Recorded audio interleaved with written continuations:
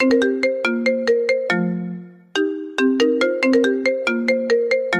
অন্তত একবার ভাবা দরকার ছিল এই রিলেশন করার আগে। ও তোকে ছ্যাঁকা দিল, এখন ঠেলা সামলা।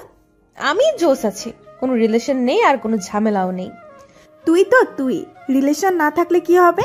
ভার্সিটির সব ছেলেরা তোর পেছনে ঘুরে, যেমন রূপ আর তেমনি সম্ভ্রান্ত পরিবার। তোর আর কি লাগবে? তোর বুঝতে হবে who I am, Ihita Chowdhury. Status তো অবশ্যই থাকবে। চোখ থেকে সানগ্লাস খুলে গাড়ি থেকে নেমে তিথি গাড়ি থেকে নামলো না। ভার্সিটিতে এসে গেছে, তবুও গাড়ি থেকে নামছে না। আমি তিথিকে বললাম, নামবি না নাকি তোকে সহ গাড়ি লক করে দিব? দাঁড়া, আসছি। আমি গাড়ির চাবি আঙুলে ঘুরাতে ঘুরাতে ক্যাম্পাসে ঢুকলাম। তিথি আমার পেছন পেছন আসছিল। আমি আজকেও লেট করে ক্লাসরুমে ঢুকেছি, আর স্যারের পারমিশন না নিয়েই ক্লাসরুমে ঢুকে পড়লাম। গিয়ে ফার্স্ট বেঞ্চে বসে পড়ি। ক্লাসের ফার্স্ট বেঞ্চটা আমার জন্য বরাদ্দ। কেউ আমাকে কিছু বলার সাহস পায় না, কারণ আমার বাবার কথায় চলে এই ভার্সিটি। আর্থিক সব অনুদান বাবা দেয় এই ভার্সিটির। তবে আমি পড়াশোনার জন্য ভার্সিটিতে আসি না, উশৃঙ্খলতা দেখাতেই আসি। টিচার ক্লাস করাচ্ছে আর আমি হেডফোন কানে লাগিয়ে গান শুনছি।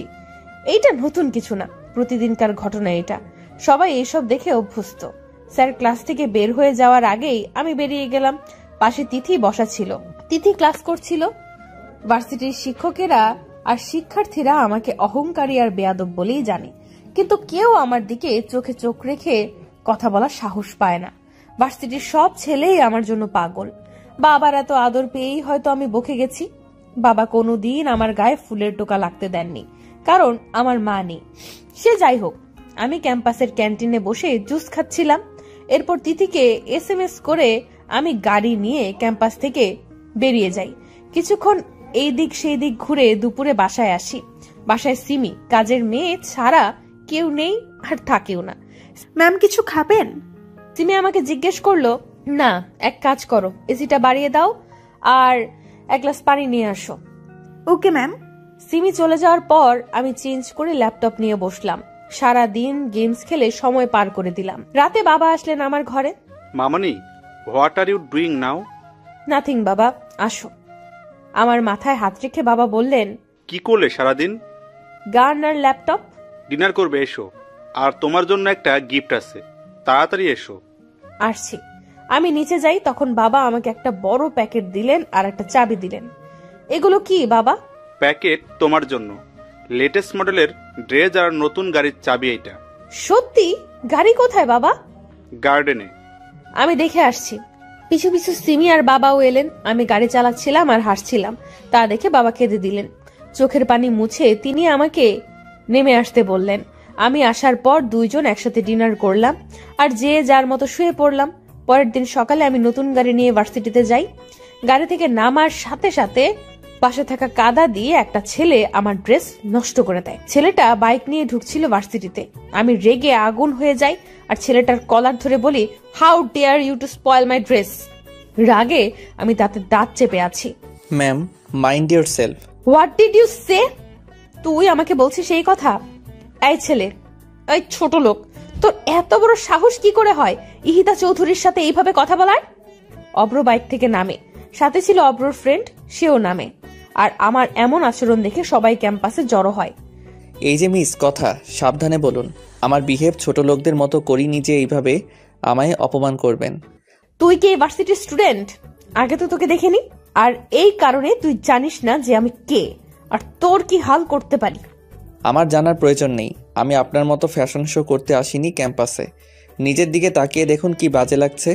আবার আপনি অসবের মতো চেঁচাচ্ছেন। তোকে আজ আমি মেরেই ফেলবো। আমি গাড়ি থেকে হকি স্টিক বের করে অব্রর গায়ে মারার আগেই অব্র আমাকে থাপ্পড় মারে। সবাই থ হয়ে যায়, প্রিন্সিপাল সহ, কিন্তু কারো আগানোর সাহস নেই। কেমন মেয়ে আপনি? মিনিমাম মেয়েদের মতো আচরণ নেই তো আপনার মধ্যে?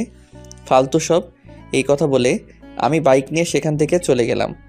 ইহিতা গালে হাত দিয়ে স্টিল দাঁড়িয়ে আছে। তিথি ইহিতার বাবাকে ফোন দিয়ে ভার্সিটিতে আসতে বলেছে এতক্ষণে। ইহিতার বাবাকে দেখে সবাই সালাম দেয় আর প্রিন্সিপাল এগিয়ে আসেন। ইহিতাকে ঠায় দাঁড়িয়ে থাকতে দেখে ইহিতার বাবা সামনে গেলেন, কিন্তু ইহিতা নড়ছে না। এরপর তিথি সব বলার পর ইহিতার বাবা চশমা চোখ থেকে খুলে ভেঙে ফেলেন আর প্রিন্সিপালকে জিজ্ঞেস করেন ইহিতাকে কোন ছেলে মেরেছে, তাকে যেন 1 মিনিটে এখানে আনে। প্রিন্সিপাল আমাকে ডেকে পাঠালেন। আমি ইহিতার বাবার সামনে আসলাম। তোর সাহস হয় কি করে আমার কলিজার উপর হাত তোলা? যাকে এখনো একটা পিঁপড়া কামড় দেয়নি, আর আজ তাকে তুই মেরেছিস। দেখ কি করেছিস আমার মেয়ের। What is this? এটা কি ভার্সিটি নাকি কারো বাবার সম্পদ? আর আপনার মেয়ে আমার সাথে কি করেছে সেটা দেখেননি? না দেখে কেন মারলেন আমাকে? আমার মেয়ে তোকে মেরে ফেলবে, তবুও একটা আওয়াজ করতে পারবি না। তুই কোন সাহসে মেরেছিস আমার মেয়েকে? জবাব দে। সরি, সেইটা আপনার মেয়েকেই জিজ্ঞেস করবেন। আমার ক্লাস আছে, ছাড়ুন। এই বলে আমি সেখান থেকে চলে এলাম। ইহিতার বাবা ইহিতাকে গাড়িতে বসিয়ে নিয়ে গেল বাসায়। ইহিতার গালে আমার 3 আঙ্গুলের দাগ স্পষ্টভাবে ফুটে আছে। সিমিকে দিয়ে ইহিতার গালে যত মেডিসিন আছে সব লাগালো ইহিতার বাবা। ইহিতা চুপ করে আছে এখনো। ইহিতাকে কথা বলতে বলছে সিমি আর ইহিতার বাবা, কিন্তু ইহিতা কথা বলছে না। ইহিতা এই প্রথম কারো হাত থেকে মার খেলো। কোনো শিক্ষক কোনোদিন তার দিকে চোখ রাঙিয়ে কথা বলেনি, আর মার দেওয়া তো দূর, কিন্তু আমি আজ ইহিতাকে ভার্সিটির সবার সামনে চর মেরেছি। ইহিতার কাছে এটা অনেক বেশি যন্ত্রণা লাগছে। এক পর্যায়ে ইহিতা ঘরে সব কিছু ভাঙচুর করতে শুরু করে। আশরাফ চৌধুরী ইহিতাকে বলেন, মা, তোর যত খুশি ভাঙ, কিন্তু একটু কথা বল আর একটু শান্ত হ। বাবা, ওই ছেলেকে আমি আস্ত রাখবো না। ও আমায় মেরেছে। ইহিতা চৌধুরীকে মেরেছে। ও শেষ করে ফেলবো আমি ওকে। আমি নিজে ওকে শাস্তি দিব, তুই শুধু একটু শান্ত হ ইতিতা। এরপর ইহিতা চুপচাপ বিছানায় গিয়ে আয়নায় নিজের মুখ দেখছে। এখনও হাতের ছাপ দেখা যাচ্ছে। এরপর ইহিতা আয়নাও ভেঙে ফেলে। পরে 1 মাস ইহিতা ভার্সিটিতে যায়নি, এমনকি বাসা থেকেও বের হয়নি। ওইদিকে আমার ঠিকানা কেউ জানে না বলে ইহিতার বাবা আমাকে কিছু করতে পারেননি। 1 মাস পর ইহিতা ভার্সিটিতে যায়। আমি 4 তলায় আনমনে হয়ে দাঁড়িয়ে আছি। ইহিতার গাড়ি দেখে চমকে গেলাম। দ্রুত নিচে নেমে আসি। ইহিতা একটা বই হাতে নিয়ে ক্লাসরুমের দিকে যায়। আমি ইহিতাকে থামাই। ইহিতা। ইহিতা পেছন ঘুরে রাগী দৃষ্টিতে তাকালো আমার দিকে। সরি, সেদিন আপনাকে থাপ্পড় মেরেছিলাম বলে। আমি চট করে রেগে গিয়ে কি করি আমার খেয়াল থাকে না, তাই ওইভাবে রিয়েক্ট করে ফেলেছিলাম। আপনি গত 1 মাস আসেননি ভার্সিটিতে, তাই সরি বলতে পারিনি। ইহিতা কিছুই না বলে উপরে চলে যায়। ইহিতা আর আমি দুইজনই কেমিস্ট্রি ডিপার্টমেন্টের স্টুডেন্ট, কিন্তু আমাকে দেখে কেউ বলবে না যে আমি স্টুডেন্ট। মনে হয় পড়ালেখা শেষ। আজ ইহিতা প্রথম বেঞ্চে না বসে 3 নম্বর বেঞ্চে বসলো আর ইংলিশ ক্লাসটা মনোযোগ দিয়ে করলো। স্যার একটা কোশ্চেন করেছিল, যেটার উত্তর আমি ছাড়া আর কেউ দিতে পারেনি। সবাই অবাক হয়ে যায় আর লেকচারার নিজে অভিভূত হয়ে যান আমার উত্তর শুনে। ইহিতা তখন উত্তরটা নোট করলো। ইংলিশ ক্লাস শেষ করে সবাই ল্যাবে গেল, কিন্তু ইহিতা বসেছিল। আমি বের হওয়ার আগে ইহিতাকে বললাম, যাবেন না ল্যাবে? That's none of your business, just go from here. Otherwise? হ্যাঁ, ওই দিন কিছু বলিনি, বাট এইটা ভেবো না ইহিতা কিছু করতে পারে না। ওকে, ভাবলাম না। এই বলে আমি চলে গেলাম। ক্লাস শেষ হওয়ার পর আমি ক্যাম্পাসে বন্ধুদের সাথে আড্ডা দিচ্ছিলাম। ইহিতা গাড়িতে উঠতে যাবে, তখন এক ভিক্ষুক এসে দাঁড়ালো ইহিতার সামনে। ইহিতা রেগে যায়। আমি ছাড়া আর কি কেউ নেই দান করার? আমার কাছে কেন আসলি? অব্রর এইটা দেখে প্রচন্ড রাগ হয়। আমার সামনে দাঁড়িয়ে মানিব্যাগ থেকে 500 টাকার একটা নোট বের করে ভিক্ষুককে দিয়ে সেখান থেকে চলে যেতে বলল। গাড়ি বাড়ি থাকলেই মানুষ মানুষের মতো হয় না, অধিকাংশ ক্ষেত্রে কুকুরই হয়, যেমনটা আপনি নিচে। এই কথা বলে আমি 1 সেকেন্ড না দাঁড়িয়ে বাইক নিয়ে চলে গেলাম। আমি রাগে গাড়ি হাই স্পিডে চালিয়ে বাসায় এলাম। আমি বাবাকে ফোন করে বাসায় আসতে বললাম। বাবা অফিসের সব কাজ ফেলে বাসায় চলে আসলেন। বাবা, এই ভার্সিটিতে হয় ওই ছোট লোকটা থাকবে, নয়তো আমি। কোন ছোট লোক? ওই দিন যে আমায় মেরেছিল। ও আবার কি করেছে তোমায়? আজকে ও আমায় কুকুর বলেছে। কুকুর? হোয়াট? আমি এখনই প্রিন্সিপালের সাথে কথা বলছি। ওই ছেলেকে ভার্সিটি থেকে বের করে দিন। স্যার, সেটা সম্ভব না। হোয়াট? আপনি আমাকে বলছেন সম্ভব নয়? সরি স্যার, ছেলেটা অনেক মেধাবী আর আউটস্ট্যান্ডিং পার্সোনালিটি। ওর মতো ভার্সিটিতে সেকেন্ড কপি নাই। আর সবচেয়ে বড় কথা, এইবার ভিপি ইলেকশনে ইতিতা মামুনির বিরুদ্ধে অব্র দাঁড়াবে। হোয়াট? আমার মেয়ের বিরুদ্ধে? হ্যাঁ স্যার, তাই আর সেই চান্সটা নেই বের করার। পরে ভার্সিটির ছেলেমেয়েরা খেপে যাবে আর কমিশনার পর্যন্ত গড়াবে এই ঘটনা। তাই আমি আর রিস্ক নিতে চাচ্ছি না, মাফ করবেন। আমি ফোন রেখে দিয়ে ইতিতাকে সব বললাম, আর ইতিতা রাগে ফ্লাওয়ার ভাস ভেঙে ফেলে। ওই ছেলের সাহস হয় কি করে হিতার বিরুদ্ধে দাঁড়ানোর? আর বাবা, তুমি কিছুই করতে পারছো না। মামনি, প্রিন্সিপাল যেখানে অনর সেখানে আমি কি করতে পারি? বাট তুই টেনশন করিস না, সবাই তোকেই জয়ী করবে। তুই মাথা ঠান্ডা করে একটু বাইরে থেকে ঘুরে আয়। নো, আমি কোথাও যাব না। পাগলামি করিস না ইতিতা, চল আমার সাথে বাইরে যাব। রেডি হয়ে আসি। যা, তাড়াতাড়ি আসবি কিন্তু। ওকে। বাবা আমার মন ভালো করতে বাইরে ঘুরতে নিয়ে যায়। সিটি ম্যাক্সের সামনে আমি অব্রকে দেখি আয়মান মির্জা আর মিসেস আয়মান মির্জার সাথে। আমি বাবাকে বলি গাড়ি থামাতে। বাবা, ওই ছেলে এখানে কি করছে, তাও আয়মান মির্জার সাথে? আয়মান মির্জা কই দেখি? দেখো। সত্যি তো আয়মান মির্জার সাথে এই ছেলে। আর এই ক্ষেত মার্কা ছেলেকে দেখ, কি স্মার্ট লাগছে। ব্যাপার কি? বাদ দাও, চলো। এই কথা বলে আমি সেখান থেকে চলে এলাম। আয়মান মির্জা হচ্ছে ওয়ার্ল্ড ইয়াং লিডারশিপের মেইন লিডার। আমি বাসায় এসে ভাবতে লাগলাম আয়মান মির্জার সাথে ওই ছেলে কেন থাকতেও পারে, তা আমার কি। আমি এসব ভাবতে ভাবতে ঘুমিয়ে গেলাম। 3 দিন পর ভিপি ইলেকশন। ভার্সিটিতে এই নিয়ে অনেক হইচই হচ্ছে, কারণ এই প্রথম আমার বিরুদ্ধে কেউ ইলেকশন করছে। আমি যথারীতি ভার্সিটিতে গিয়ে যা করার তাই করলাম। কোনো ক্লাস না করে এই বাসায় চলে আসলাম। ইলেকশনের আগে পর্যন্ত আমি ভার্সিটিতে যাইনি। আমি ভার্সিটিতে না গেলে অব্র ক্লাস না করে বাইরে বসে থাকে মন খারাপ করে। এই 2 দিন অব্র তাই করলো, কারণ আমি আসিনি। ইলেকশনের দিন আমি আসলাম ক্যাম্পাসে, নীল রঙের শার্ট আর বাদামি রঙের প্যান্ট পরে, চুলগুলো খোলা আর সানগ্লাস পরা। অব্র অনেকক্ষণ তাকিয়েছিল, তারপর চোখ সরিয়ে নিজের কাজ করলো। আমাকে আর অব্রকে একসাথে থাকতে বলা হয়েছে, কিন্তু আমি সেই কথা না শুনে দোতলায় গিয়ে ফোনে গেমস খেলছি নিশ্চিন্ত মনে, কারণ আমার কনফিডেন্স আছে আমিই জিতবো। সারাদিন আমি একই জায়গায় বসে রইলাম। রাতে ইলেকশনের রেজাল্ট পাবলিশ করে প্রিন্সিপাল, আর রেজাল্ট আমার বিরুদ্ধে, অর্থাৎ অব্র জিতেছে ইলেকশনে। অব্রর কোনো ভ্রুক্ষেপ না করেই আমার দিকে তাকালো। আমি হাতের ফোন ভেঙে ফেলি আর গাড়ি নিয়ে খুব দ্রুত সেখান থেকে বেরিয়ে যাই। বাবা এই কথা শোনার পর প্রিন্সিপালকে প্রচুর থ্রেট করে। আমাকে তিনিই সামলাচ্ছেন। আর অন্যদিকে আমি বাসায় গিয়ে ইহিতার কথা ভাবছি, মেয়েটা কি করছে না করছে এই নিয়ে। খুব বেশি বাড়াবাড়ি কি হয়ে যাচ্ছে? এসব ভাবতে ভাবতে আমি ঘুমিয়ে পড়ি। পরের দিন আমাকে ব্যাচ আর দায়িত্ব দেওয়া হয় আর শপথ করানো হয়, কিন্তু ইহিতা ভার্সিটিতে আসেনি। আমার মন ভীষণ খারাপ। এইভাবে 7 দিন চলে যায়, কিন্তু ইহিতা ভার্সিটিতে আসে না। এরপর আমি ইহিতার বাসায় চলে যাই। ইহিতা আমাকে দেখে অবাক তো হয়ই, সাথে তেলে বেগুনে জ্বলতে থাকে। আমি ইহিতাকে বললাম, ভার্সিটিতে যাও না কেন? আমাকে তুমি বলছো কোন সাহসে? ঝগড়া বাদ দাও, ভার্সিটিতে চলো। How dare you to force me? কোন সাহসে এসব কথা আসছে মুখ দিয়ে? ভিপি হিসেবে কলেজের প্রত্যেকটা স্টুডেন্টের প্রতি আমার দায়িত্ব রয়েছে, সো চলো। আমি যাব না না না। তুমি যাবে যাবে আর যাবে।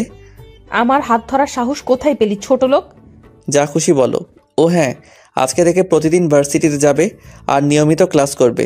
আর মোস্ট ইম্পর্টেন্টলি, এসব ড্রেস আর পরা যাবে না। যাও তাড়াতাড়ি চেঞ্জ করে এটা পরে আসো। My foot.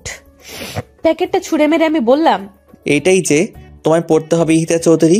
বের হও আমার বাসা থেকে। Just get out from here. আগে ভার্সিটিতে চলো। আর তুমি যদি স্বইচ্ছা এই ড্রেসটা পরে ভার্সিটিতে না যাও, তাহলে আমি নিজের হাতে তোমায় এই ড্রেস পরাবো আর ভার্সিটির সবার সামনে তোমায় কিস করব।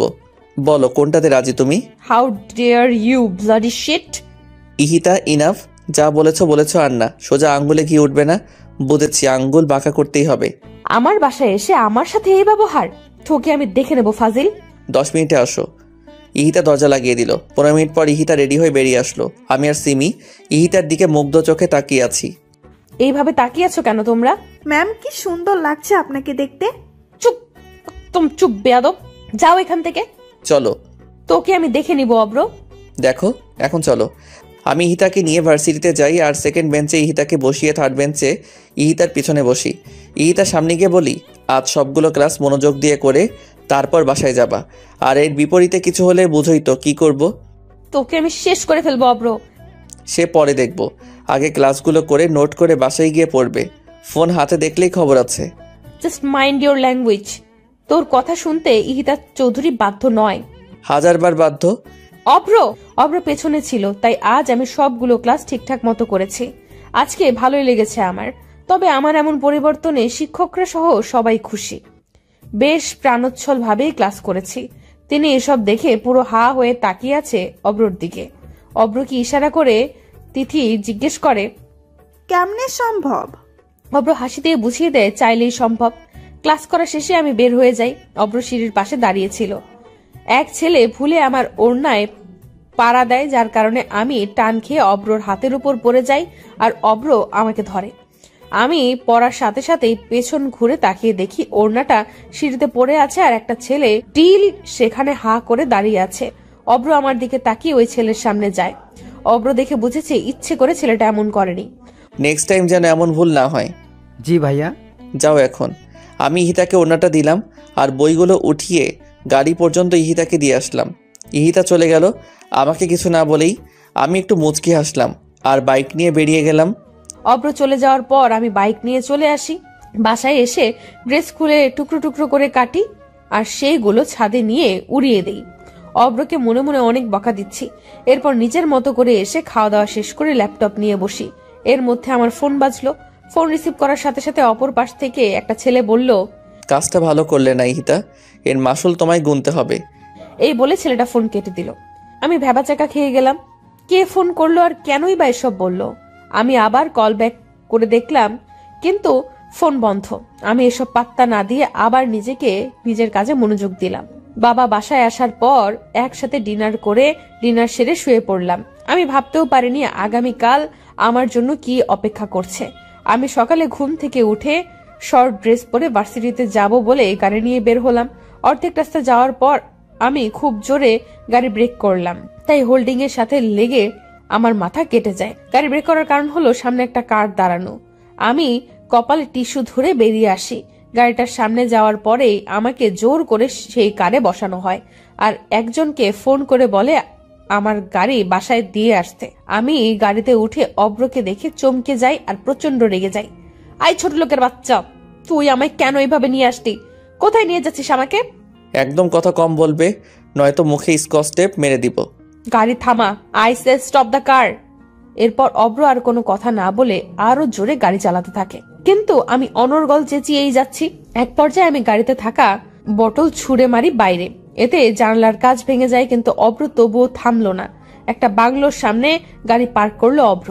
আমাকে গাড়ি থেকে জোর করে নামালো, কিন্তু আমি তো নামবো না। এরপর অভ্র আমাকে কোলে করেই ভেতরে ঢুকালো। আমি অভ্র শার্ট ছিঁড়ে ফেলেছি জিদে, কিন্তু অভ্র কিছুই করছে না। ড্রয়িং রুমে নিয়ে অভ্র আমাকে বসালো। এরপর আমার হাতে একটা লেহেঙ্গা দিয়ে বলল, কুইকলি যাও আর এটা পরে আসো, জাস্ট গো ফাস্ট। উকিল সাহেব চলে আসবেন এখন। উকিল আসবেন মানে? আর তুই এইভাবে আমায় এটা পড়তে বলছিস কেন? আজ আমাদের ম্যারেজ রেজিস্ট্রি হবে। হোয়াট? ওই জানোয়ার, তোর সাহস কি করে হয় এসব বলার? ইহিতা চৌধুরীকে বিয়ে করবে তোর মতো ছোট লোক? My foot, just let me go. কে ছোট লোক আর কে বড় লোক সেটা আজই প্রমাণ হবে। বেশি কথা না বলে এটা পরে আসো, নয়তো আমি বাধ্য হব পড়িয়ে দিতে। তুই আমায় টাচ করে দেখ শুধু। আমার বাবা যদি জানে তার মেয়েকে তুই এইভাবে তুলে এনে বিয়ে করছিস, তোকে জিন্দা কবর দিবে। ভালোই আমায় ছেড়ে দে। এরপর অভ্র নিজেই আমাকে জোর করে লেহেঙ্গা পরিয়ে দিল চোখ বন্ধ করে।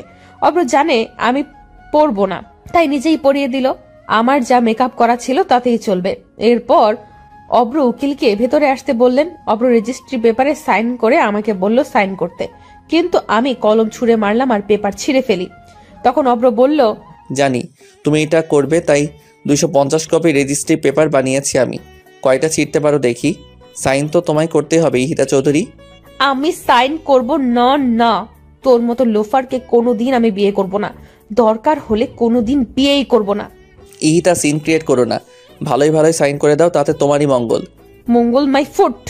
ফ্লাওয়ার ভাস ভেঙে অভ্র প্রচন্ড খেপে যায় আর আমার গালে জোরে একটা থাপ্পড় মারে। এরপর আমার হাত ধরে পেপারে সাইন করায়। সাইন করানো শেষ হলে উকিলকে চলে যেতে বলে অভ্র। উকিল চলে যাওয়ার পর অভ্র আমার ঘাট ধরে গালে আর কপালে চুমু দেয়। সরি, আমি তোমায় মারতে চাইনি, কিন্তু তোমার জেদের জন্যই তুমি মার খেলে। বাসায় চলো এখন। ইহিতা নড়ছে না দেখে আমি ইহিতাকে কোলে নিয়ে গাড়িতে বসাই। এরপর ড্রাইভ করে নিজের বাসায় যাই। বাসার সামনে এসে আমি ইহিতাকে নামতে বলি। এরপর ইহিতা নেমে যায় আর অনেক অবাক হয়। এইটা তো মির্জা প্যালেস, এখানে নিয়ে আসলো কেন ছোট লোকটা আমায়? এরপর অভ্র আমাকে নিয়ে ভেতরে যায় আর সবাইকে ডাকে। বৌমনি, বৌমনি, আম্মু। কি হয়েছে দেবরজি, চেঁচাচ্ছেন কেন? তিনি ভাবি কথা বলতে গিয়ে থেমে যায় আমাদের বিয়ের সাজ দেখে। কি হয়েছে ঈশান? সবাই আমাকে ঈশান ডাকে। চেঁচাচ্ছিস কেন? এই মেয়েকে? আম্মু আমি বলি, ও হচ্ছে ইহিতা চৌধুরী, আশরাফ চৌধুরীর একমাত্র মেয়ে। চিনেছেন? হ্যাঁ, বাট এই অসভ্য আর আনকালচার্ড মেয়ে ঈশান তোর সাথে কেন? আম্মু, আমি হিতাকে ভালোবাসি, আর এই কারণেই তোমাদেরকে না জানিয়ে বিয়ে করে এনেছি। তার জন্য আমি সরি। বৌমনিকে বলেছি সব, ভাইয়াও জানে, তুমি আর পাপা জানো না শুধু। 1 মিনিট, এখানে কোনো কমেডি শো হচ্ছে? তুই ফ্যামিলির ছোট ছেলে, আই মিন ঈশান মির্জা। হ্যাঁ ইহিতা। কিন্তু আমি যতটুকু জানি আয়ান মির্জার ছোট ছেলে লন্ডন থেকে পড়াশোনা করে আর সেখানেই সে সেটেল। তাহলে ভার্সিটিতে তুমি কেন ছিলে? তোমার জানা ভুল নয়, আমি লন্ডন থেকে পিএইচডি করেছি ইন ইংলিশ। হোয়াট? তাহলে এই ভার্সিটি? সে অনেক কাহিনী ইহিতা, এখন ফ্রেশ হয়ে রেস্ট করো। আর ঈশান তুমি ইহিতার বাবাকে কল করে আসতে বলো, আমি পাপা আর আইমানকে আসতে বলেছি। ঠিক আছে বৌমনি। আর আম্মু, তোমার সাথে আমার কিছু কথা আছে, তোমার ঘরে চলো। আর বৌমনি, তুমি ওকে আমার ঘরে নিয়ে যাও। তোর সাথে আমার কোনো কথা নেই ঈশান। আমার ছেলে আজ বিয়ে করেছে, তাও আমাদের না জানিয়ে। বাহ ঈশান বাহ। আম্মু একবার শুনুন ও কি বলতে চায়, তারপর না হয় সবটা বিচার করবেন। বৌমা, তুমি ওকে সাপোর্ট করছো? না মা, আমি শুধু আপনাকে শুনতে বলছি ঈশানের কথাগুলো। আয় আমার ঘরে। মা সেখান থেকে চলে গেলেন। যাও, আর শুনো, রেখে যেও না, ঠান্ডা মাথায় বুঝিও। আমি ঈশানকে এ কথা বলে ইথাকে নিয়ে উপরে গেলাম, আর ঈশান পা টিপে টিপে আম্মুর ঘরে গেল। আম্মু সরি, তো তোমার ছেলে না হয় একটা ভুল করে ফেলেছে, মাফ করে দাও। না ছাড় তুই আমাকে। আমি কোনো সাধারণ ঘরের মেয়েকে আমার ছোট ছেলের বউ বানাতে চেয়েছিলাম, যে হবে নম্র ভদ্র, ঠিক আমার তিন্নি মায়ের মতো। এই বেয়াদব মেয়ের মতো মেয়েকে চাইনি। আম্মু, বৌমনির সাথে কারো তুলনা চলে না। ইহিতা অনেক ভালো মেয়ে, কিন্তু শাসনের অভাবে এমন হয়ে গেছে। প্লিজ আম্মু, ওকে কষ্ট দিও না, কারণ জানোই তো ওর মা নেই। আমার জন্য হলেও অন্তত ওকে মেনে নাও। তুমি আর বৌমনি হেল্প করলেই ও ঠিক হয়ে যাবে। প্লিজ আম্মু, প্লিজ। ঈশান, আমি কোনো ফোর্স শুনবো না, যা তুই এখান থেকে। ওয়েল স্টাবলিশ করেছি তোদের দুই ভাইকে। আমি আর তোর পাপা মিলে কোনো দিন কোনো কিছুতে অপূর্ণ রাখিনি। দেশের বাইরে রেখে মানুষ করেছি তোদের, যাতে কোনো বাজে সঙ্গ না পাস। কিন্তু ঈশান, আজ তোর ভাইয়ের স্ট্যাটাসটা কোথায় থাকবে, আর তোর পাপারই বা ইমেজ কোথায় থাকলো? তা পারো কি ভাবলি না? তোর কথা আমি বাদই দিলাম। 14 বছর পর দেশে এসে 14 দিন যেতে না যেতে এই কাজ করে ফেললি। আম্মু মাফ করে দাও আমায়, জীবনের প্রথম আর শেষ ভুল এইটাই। ঈশান, লিভ মি অ্যালোন। আম্মু। ঈশান, ডোন্ট বি ইমোশনাল। এসব আমার একদম পছন্দ নয়। আম্মু আসবো? আয়। ভাইয়া আম্মুকে একটু বোঝা না, দেখ আম্মু কিছুতেই বুঝতে চাইছে না। তুই যা, আমি দেখতেছি। ভাইয়া। ঈশান, যেতে বলছি না আমি? যাচ্ছি। বাবু, আমি তোর কাছ থেকে ওর হয়ে সাফাই শুনতে চাই না। আম্মু, তুমি কী ভেবে দেখেছো? ও তোমার ছোট ছেলে, আর আমাদের সবার কত আদরের। ও না হয় একটা ভুল করেই ফেলেছে, তাই বলে কি আমার ভাই কাঁদবে? তুমি বলো আম্মু। কোনোদিন তো আমাদের দুই ভাইয়ের চোখের পানি তুমি ফোলেরও পড়তে দাওনি, আর আজ ঈশান কাঁদতে কাঁদতে চলে গেল, সেটা দেখলে না আম্মু? মা কথাটি শুনে চুপচাপ দাঁড়িয়ে আছেন। আমি আবার বললাম, আম্মু প্লিজ আম্মু, মন খারাপ করো না। 5 বছর ধরে ঈশান ঈশিতাকে পাগলের মতো ভালোবাসে, যার কারণে ও বাংলাদেশে আসে। আজ কি ওর ভালোবাসা বৃথা যাবে আম্মু? 25 বছর ধরে আমি মানুষ করলাম, সেই মূল্য কি ও দিয়েছে বাবু? আম্মু, তোমার মূল্য ও কি করে দিবে? তোমার ভালোবাসার কোনো মূল্য আমাদের কাছে নেই আম্মু। ইহিতা ঠিক হয়ে যাবে, শুধু সময় লাগবে। তুমি আর তিন্নি ওকে সাপোর্ট করো, দেখবে সব ঠিক হয়ে গেছে। আম্মু, এই নাও নেকলেস, ইহিতাকে বরণ করো এইটা দিয়ে। আইমান একটা হীরার নেকলেস আমার হাতে দিয়ে বলল, বাবু প্লিজ আম্মু চলো। চল। থ্যাংক ইউ আম্মু, জানি তুমি বুঝবে। আমার আম্মু বেস্ট। হয়েছে, এখন চল ঈশানের ঘরে। আসো। ওদিকে আমি ঈশানের ঘরে গিয়ে থতমত খেয়ে গেলাম। দেওয়ালের সব জায়গায় ঈশানের ছবি। এত সুন্দর লাগছে ঈশানকে, যা আমি মুগ্ধ হয়ে শুধুই দেখছি। ভাবি বলল, এটাই আমার দেবর, আর এতদিন যে রূপ দেখেছো সেটা সাময়িক, শুধুমাত্র তোমার জন্য। আমার স্মার্ট দেবর তোমার জন্য খ্যাত সাজলো। এতে অবশ্য আমি আর তোমার ভাইয়া অনেক রিয়াক্ট করেছিলাম, কিন্তু ও পরে মানিয়ে নিয়েছে, কারণ লাভ এট ফার্স্ট সাইট বলে একটা কথা আছে। আপনাকে আমি পার্সোনালি চিনি না, কিন্তু আপনার বিষয়ে যতটুকু জানতাম আপনি তার থেকে অনেক বেশি ভালো। তাই? আমি মোটেও ভালো না, যখন বকবো তখন বুঝবে। তিন্নি আসবো? আসো। তুমি কখন আসলে? 20 মিনিট হবে। ঈশান কই? ও তো ঘরে আসে নাই। কেন, আম্মুর সাথে না ছিল? দাঁড়াও আম্মু, আমি ঈশানকে নিয়ে আসছি। আমি ছাদে গিয়ে ঈশানকে পেলাম, আর ঈশান দাঁড়িয়ে দাঁড়িয়ে কাঁদছে। ঈশান, তুই আবারও কাঁদছিস? ভাইয়া তুমি? চল, কোথায়? সারপ্রাইজ আছে, চল। আমি ঈশানকে নিয়ে ঈশানের ঘরে গেলাম। ঈশানকে দেখে ইহিতা রেগে গেল, কিন্তু তিন্নির ইশারাতে থেমে গেল ইহিতা। মা ইহিতাকে নেকলেস পরিয়ে দিয়ে দোয়া করলেন, কিন্তু ইহিতা এতে ভ্রুক্ষেপই করলো না। ইহান আমাকে জড়িয়ে ধরলো। ভাইয়া তোকে কোনোদিন থ্যাঙ্কস দেইনি, আর আজও দিব না। শয়তান ছেলে, তোর কাছ থেকে আমি থ্যাঙ্কস চেয়েছি। ইউ আর বেস্ট ভাইয়া। এইসব পামে আমি ফুলছি না। হিংসা হচ্ছে কিন্তু আমার। তুমি আমার বরকে জড়িয়ে ধরে রেখেছো। বৌমনি, আগে আমার ভাই, তারপর তোমার বর। হইছে, তিনজন ফ্রেশ হয়ে নিচে আসেন। লাঞ্চ করতে হবে তো নাকি? পাপা আসুক। পাপা আসছে। আচ্ছা, তুমি আগে ঘরে আসো, কথা আছে আমার। চলো। এরপর সবাই ঈশানের ঘর থেকে চলে গেল। ঈশান আর ইহিতা দুজন দু প্রান্তে দাঁড়িয়ে আছে। ইহিতা আর আমি দুইজন দুই দিকে দাঁড়িয়ে আছি। আমি ইহিতাকে বললাম, লাঞ্চ করবে? ফ্রেশ হয়ে এসো, আমি গেস্ট রুমে যাচ্ছি ফ্রেশ হতে। আমি বাসায় যাব এন্ড রাইট নাও। ইহিতা, যা বলেছি করো, বেশি কথা বলে আমাকে রাগিও না। ঈশানের আসল রূপ কিন্তু তুমি দেখোনি। আসল রূপ? I don't care who are you.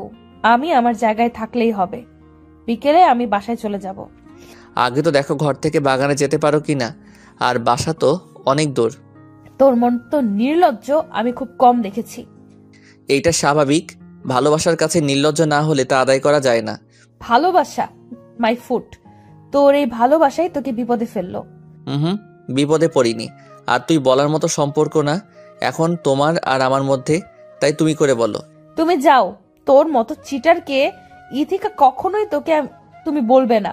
ইহিতে একটা কথা বলি শুনো, আম্মু, পাপা, বৌমণি আর ভাইয়া, এই চারজন যাতে তোমার কাছ থেকে যথেষ্ট রেসপেক্ট পায়। আমাকে যা ইচ্ছা বলো তুমি, কিন্তু ওদের দিকে কোনোদিন চোখ তুলেও কথা বলবে না। সেই দিন তাহলে আমি কি করব তোমায় জানি না। এই বাসায় আমি থাকলে তো বিহেভের কথা আসবে। আমি আজই চলে যাব। ওই যে বললাম, গিয়ে আগে দেখাও। ইহিতা কিছু বলার আগে ভাবি নক করে রুমে। আমি আসতে বললাম ভাবিকে। ঈশান যাও, ফ্রেশ হয়ে আসো, আজকে সবাই একসাথে লাঞ্চ করব। যাচ্ছি, কিন্তু তোমার হাতে কি এইগুলো বৌমণি? যাও, পরে দেখতে পারবে। যাচ্ছি। ঈশান চলে যাওয়ার পর আমি ইহিতার সামনে গিয়ে দাঁড়ালাম আর ইহিতাকে বললাম, ইহিতা ফ্রেশ হয়ে এই শাড়ি আর গহনাগুলো পরবে। ইহিতার হাতে দিয়ে বললাম, হোয়াট? আমি এসব পড়তে পারবো না, আমাকে টি শার্ট দিন।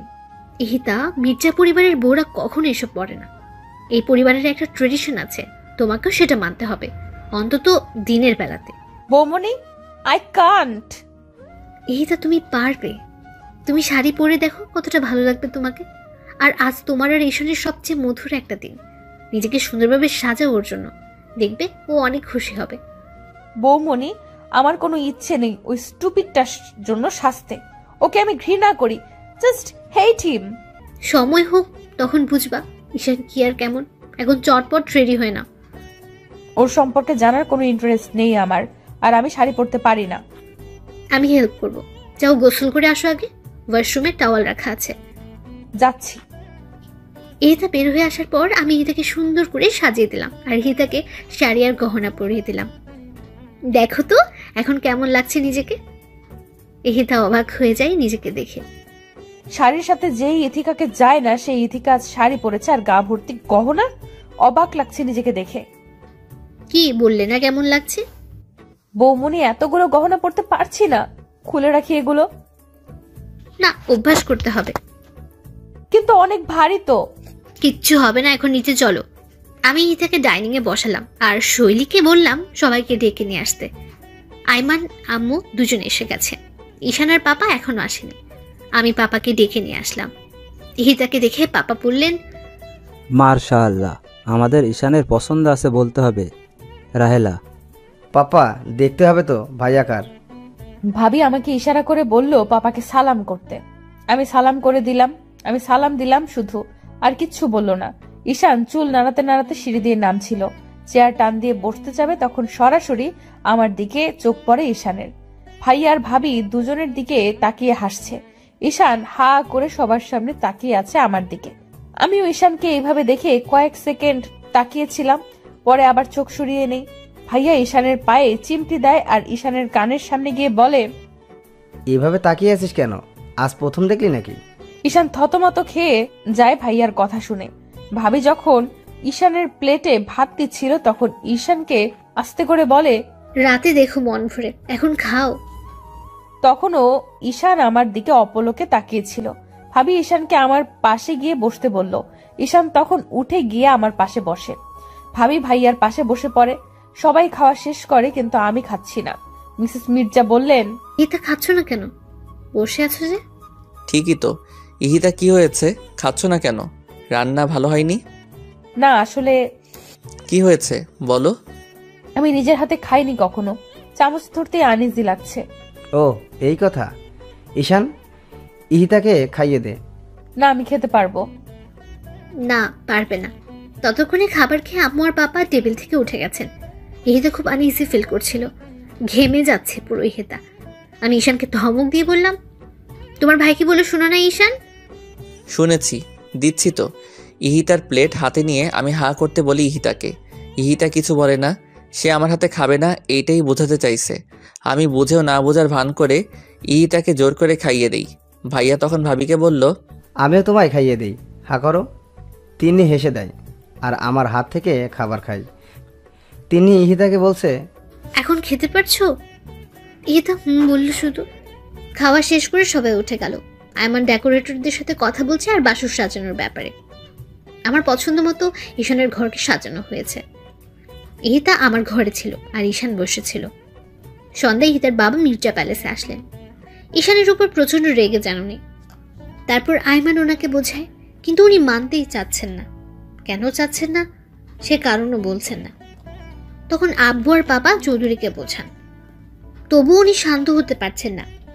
ইহিতা চলে যেতে চায় বাবার সাথে, কিন্তু ঈশান ইহিতার হাত ধরে আছে খুব শক্ত করে। ইহিতার হাতে ঈশানের 5 আঙ্গুলের ছাপ পড়ে গেছে। কোনোভাবেই ছাড়াতে পারছেন ইহিতা নিজেকে ঈশানের কাছ থেকে। ঈশান তখন চৌধুরীকে বলল, বাবা, ও এখন আমার স্ত্রী। আপনার থেকে বেশি অধিকার এখন আমার ওর উপর। আপনি মানুন বা না মানুন, ইহিতা কোথাও যাবে না। অব্র, তুমি কেন বুঝছো না? এটা সম্ভব নয়। কেন নয়? আমার কি অর্থ কম নাকি আমি অশিক্ষিত? এসবের কথা বলছি না আমি। আপনি যাই বলুন আর না বলুন, ইহিতা এখন আমার, আর ও আমার কাছেই থাকবে। ওকে, এখানে আমারও আর কিছু করার নেই, কিন্তু পরে আফসোস করো না যেন। ইহিতার বাবা কাঁদছিলেন তখন। কোনো আফসোস হবে না। আর আফসোস কেন হবে? ভালোবাসাকেই তো বিয়ে করেছি। দেখে রেখো ওকে। মির্জা সাহেব, দেখে রাখবেন আমার মেয়েটাকে, কখনো চুল পরিমাণ কষ্ট দেয়নি ওকে। আপনি চিন্তা করবেন না চৌধুরী সাহেব, আমরা আছি। এরপর ইহিতার বাবা চলে গেলেন। ইহিতা কাঁদছিল বাবার কান্না দেখে। ইহিতার চোখে পানি আমি এই প্রথম দেখলাম। আমি ইহিতার চোখের পানি মুছে দিলাম আর হাত ছেড়ে দিলাম। আমি ইহিতার হাত ছেড়ে দেই।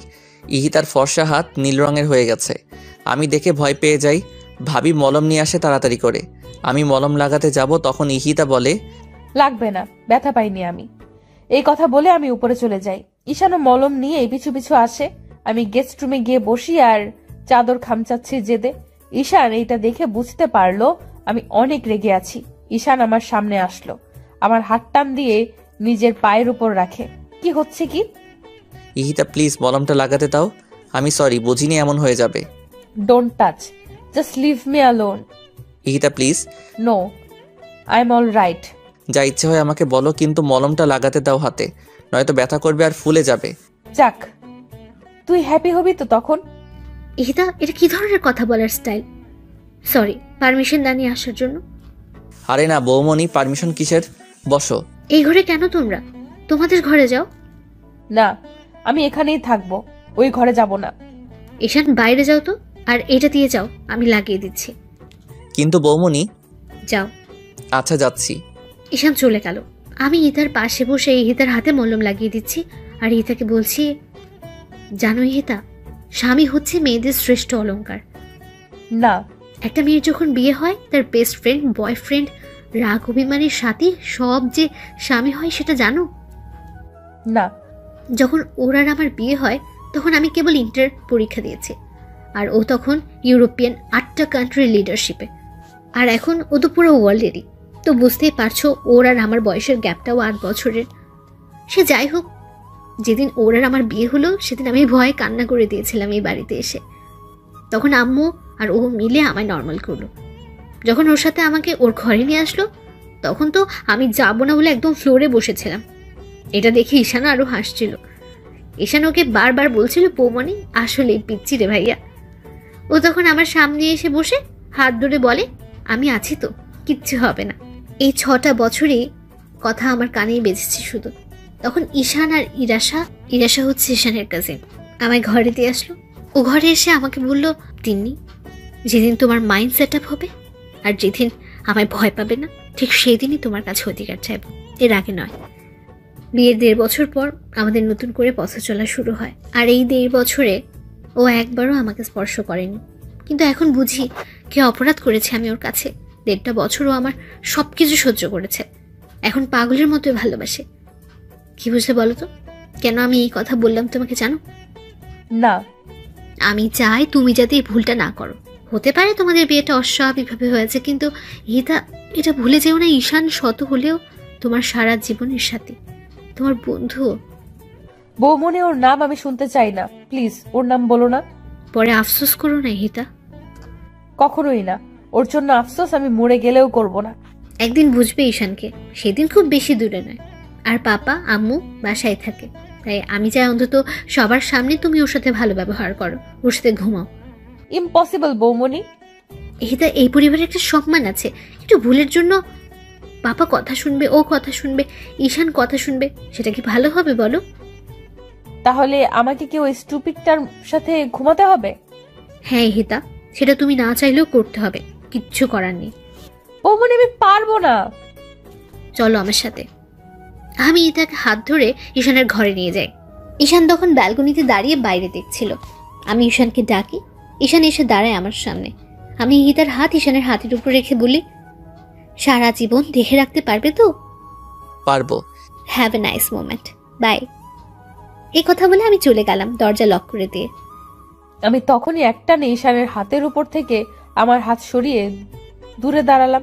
ইহিতা, চিন্তা করো না, আমি কাপুরুষ নই যে তোমায় ছুবো তোমার অনুমতি ছাড়া। ইহিতা কিছু বলল না। ইহিতা বসো, আজকে তোমায় কিছু কথা বলি। না, আমি কিছু শুনতে চাই না তোর মুখ থেকে। শোনা যে দরকার তোমার, বোরিং কিছু বলবো না। এরপর ইহিতা ড্রেসিং টেবিলের সামনে টুলে বসলো, আর আমি ইহিতার বিপরীতে সোফায় বসলাম, দূরত্ব কয়েক হাতের। আমি ইহিতার দিকে তাকিয়ে বলি, প্রথম দেখেছিলাম 11ই জানুয়ারি 2013 বিকেল 5:56 এই লন্ডন থেকে এসেছি, বাংলাদেশে 3 দিন হবে। তুমি এসএসসি দিবে।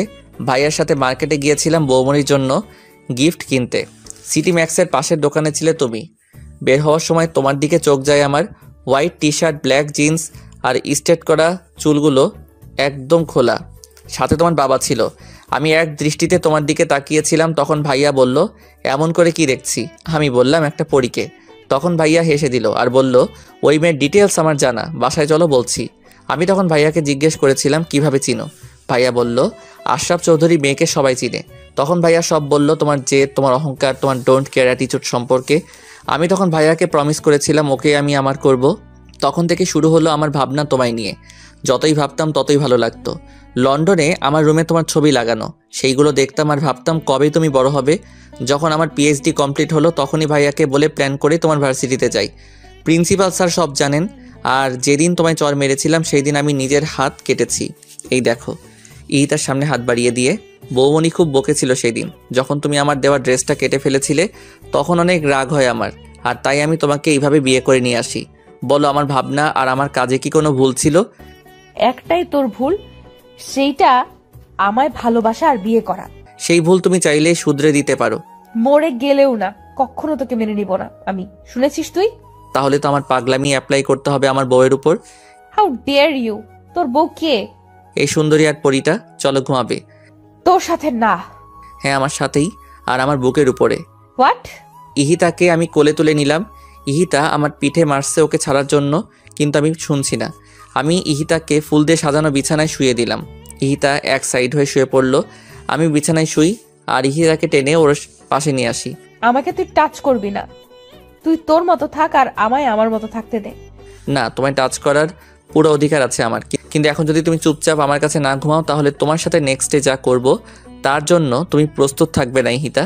সো বুঝতেই পারছো কি করব। ঈশান, তুই আমাকে তুলে নিয়ে বিয়ে করেছিস বলে আমার সব স্বাধীনতা আর চাওয়া পাওয়া হরণ করে নিসনি। আমাকে আমার মতো থাকতে না দিলে অবস্থা তোর আরো খারাপ হবে। ইহিতা চুপ করো, পাশে ভাইয়া ডুম, এত রাতে চেঁচালে তারা কি ভাববে?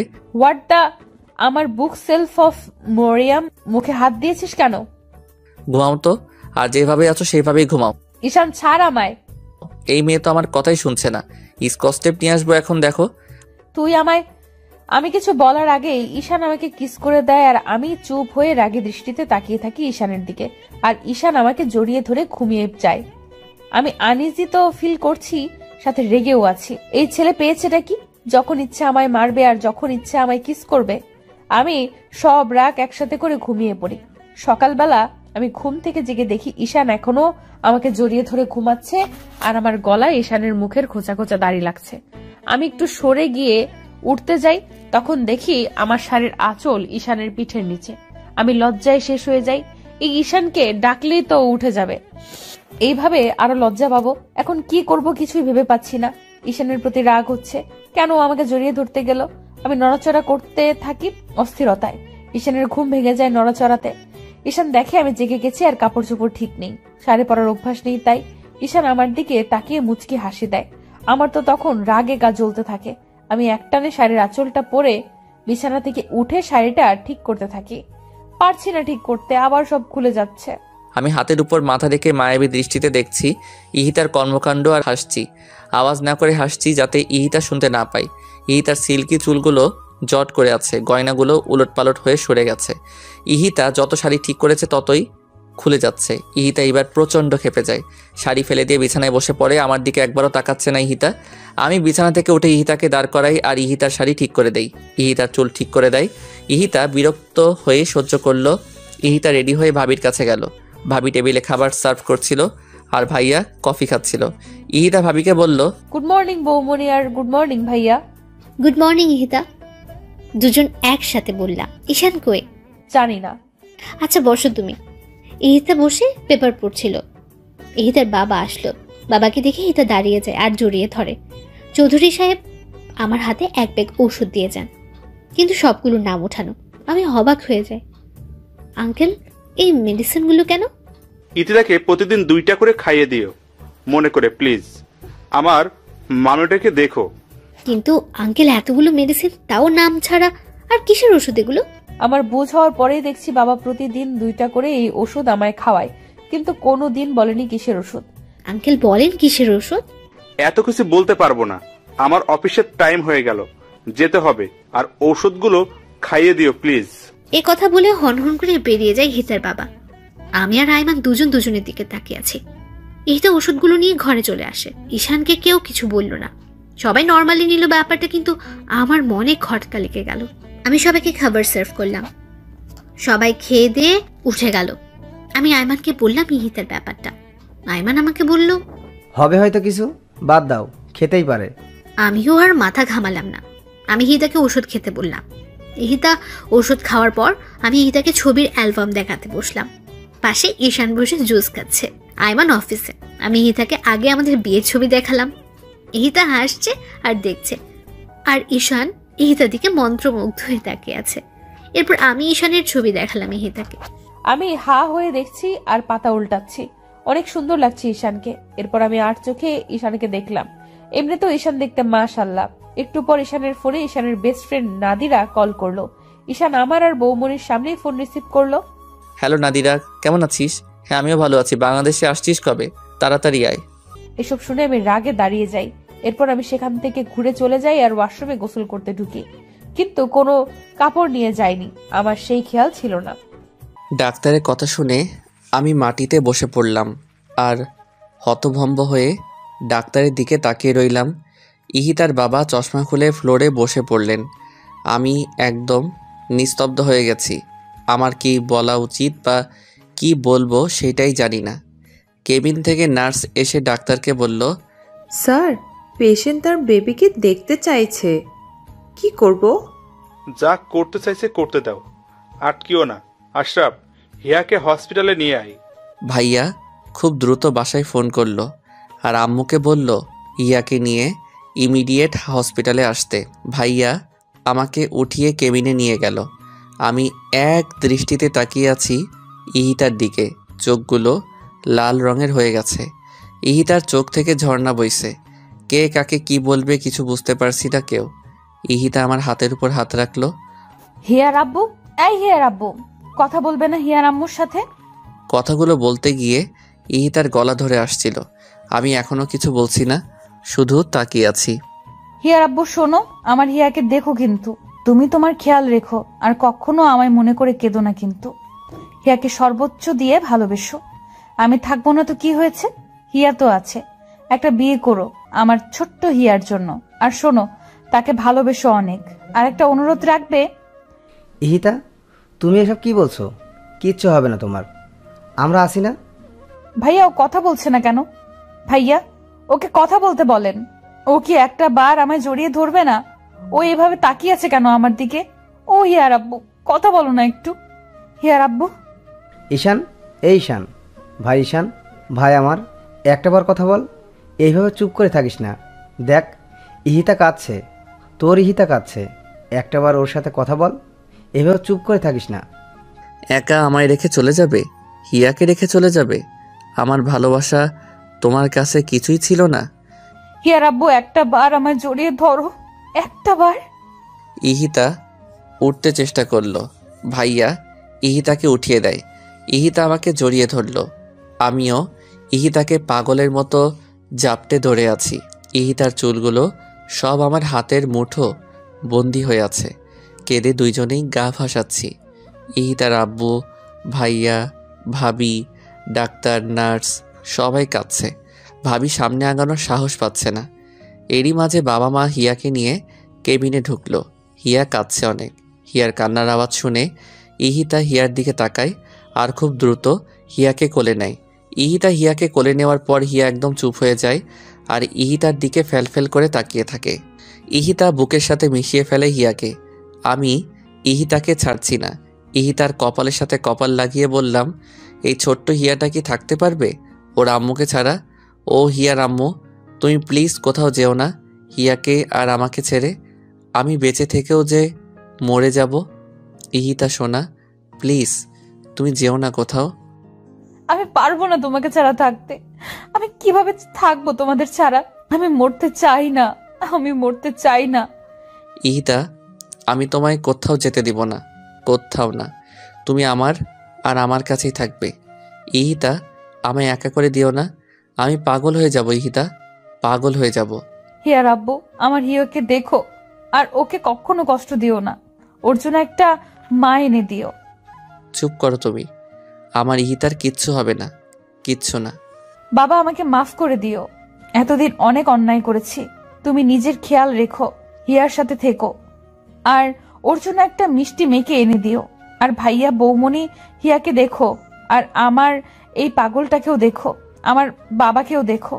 আম্মু, আব্বু, আমায় মাফ করে দিও। অনেক বেয়াদবি করেছি তোমাদের সাথে, মাফ করে দিও। আর তোমাদের হিয়াকে দেখে রেখো।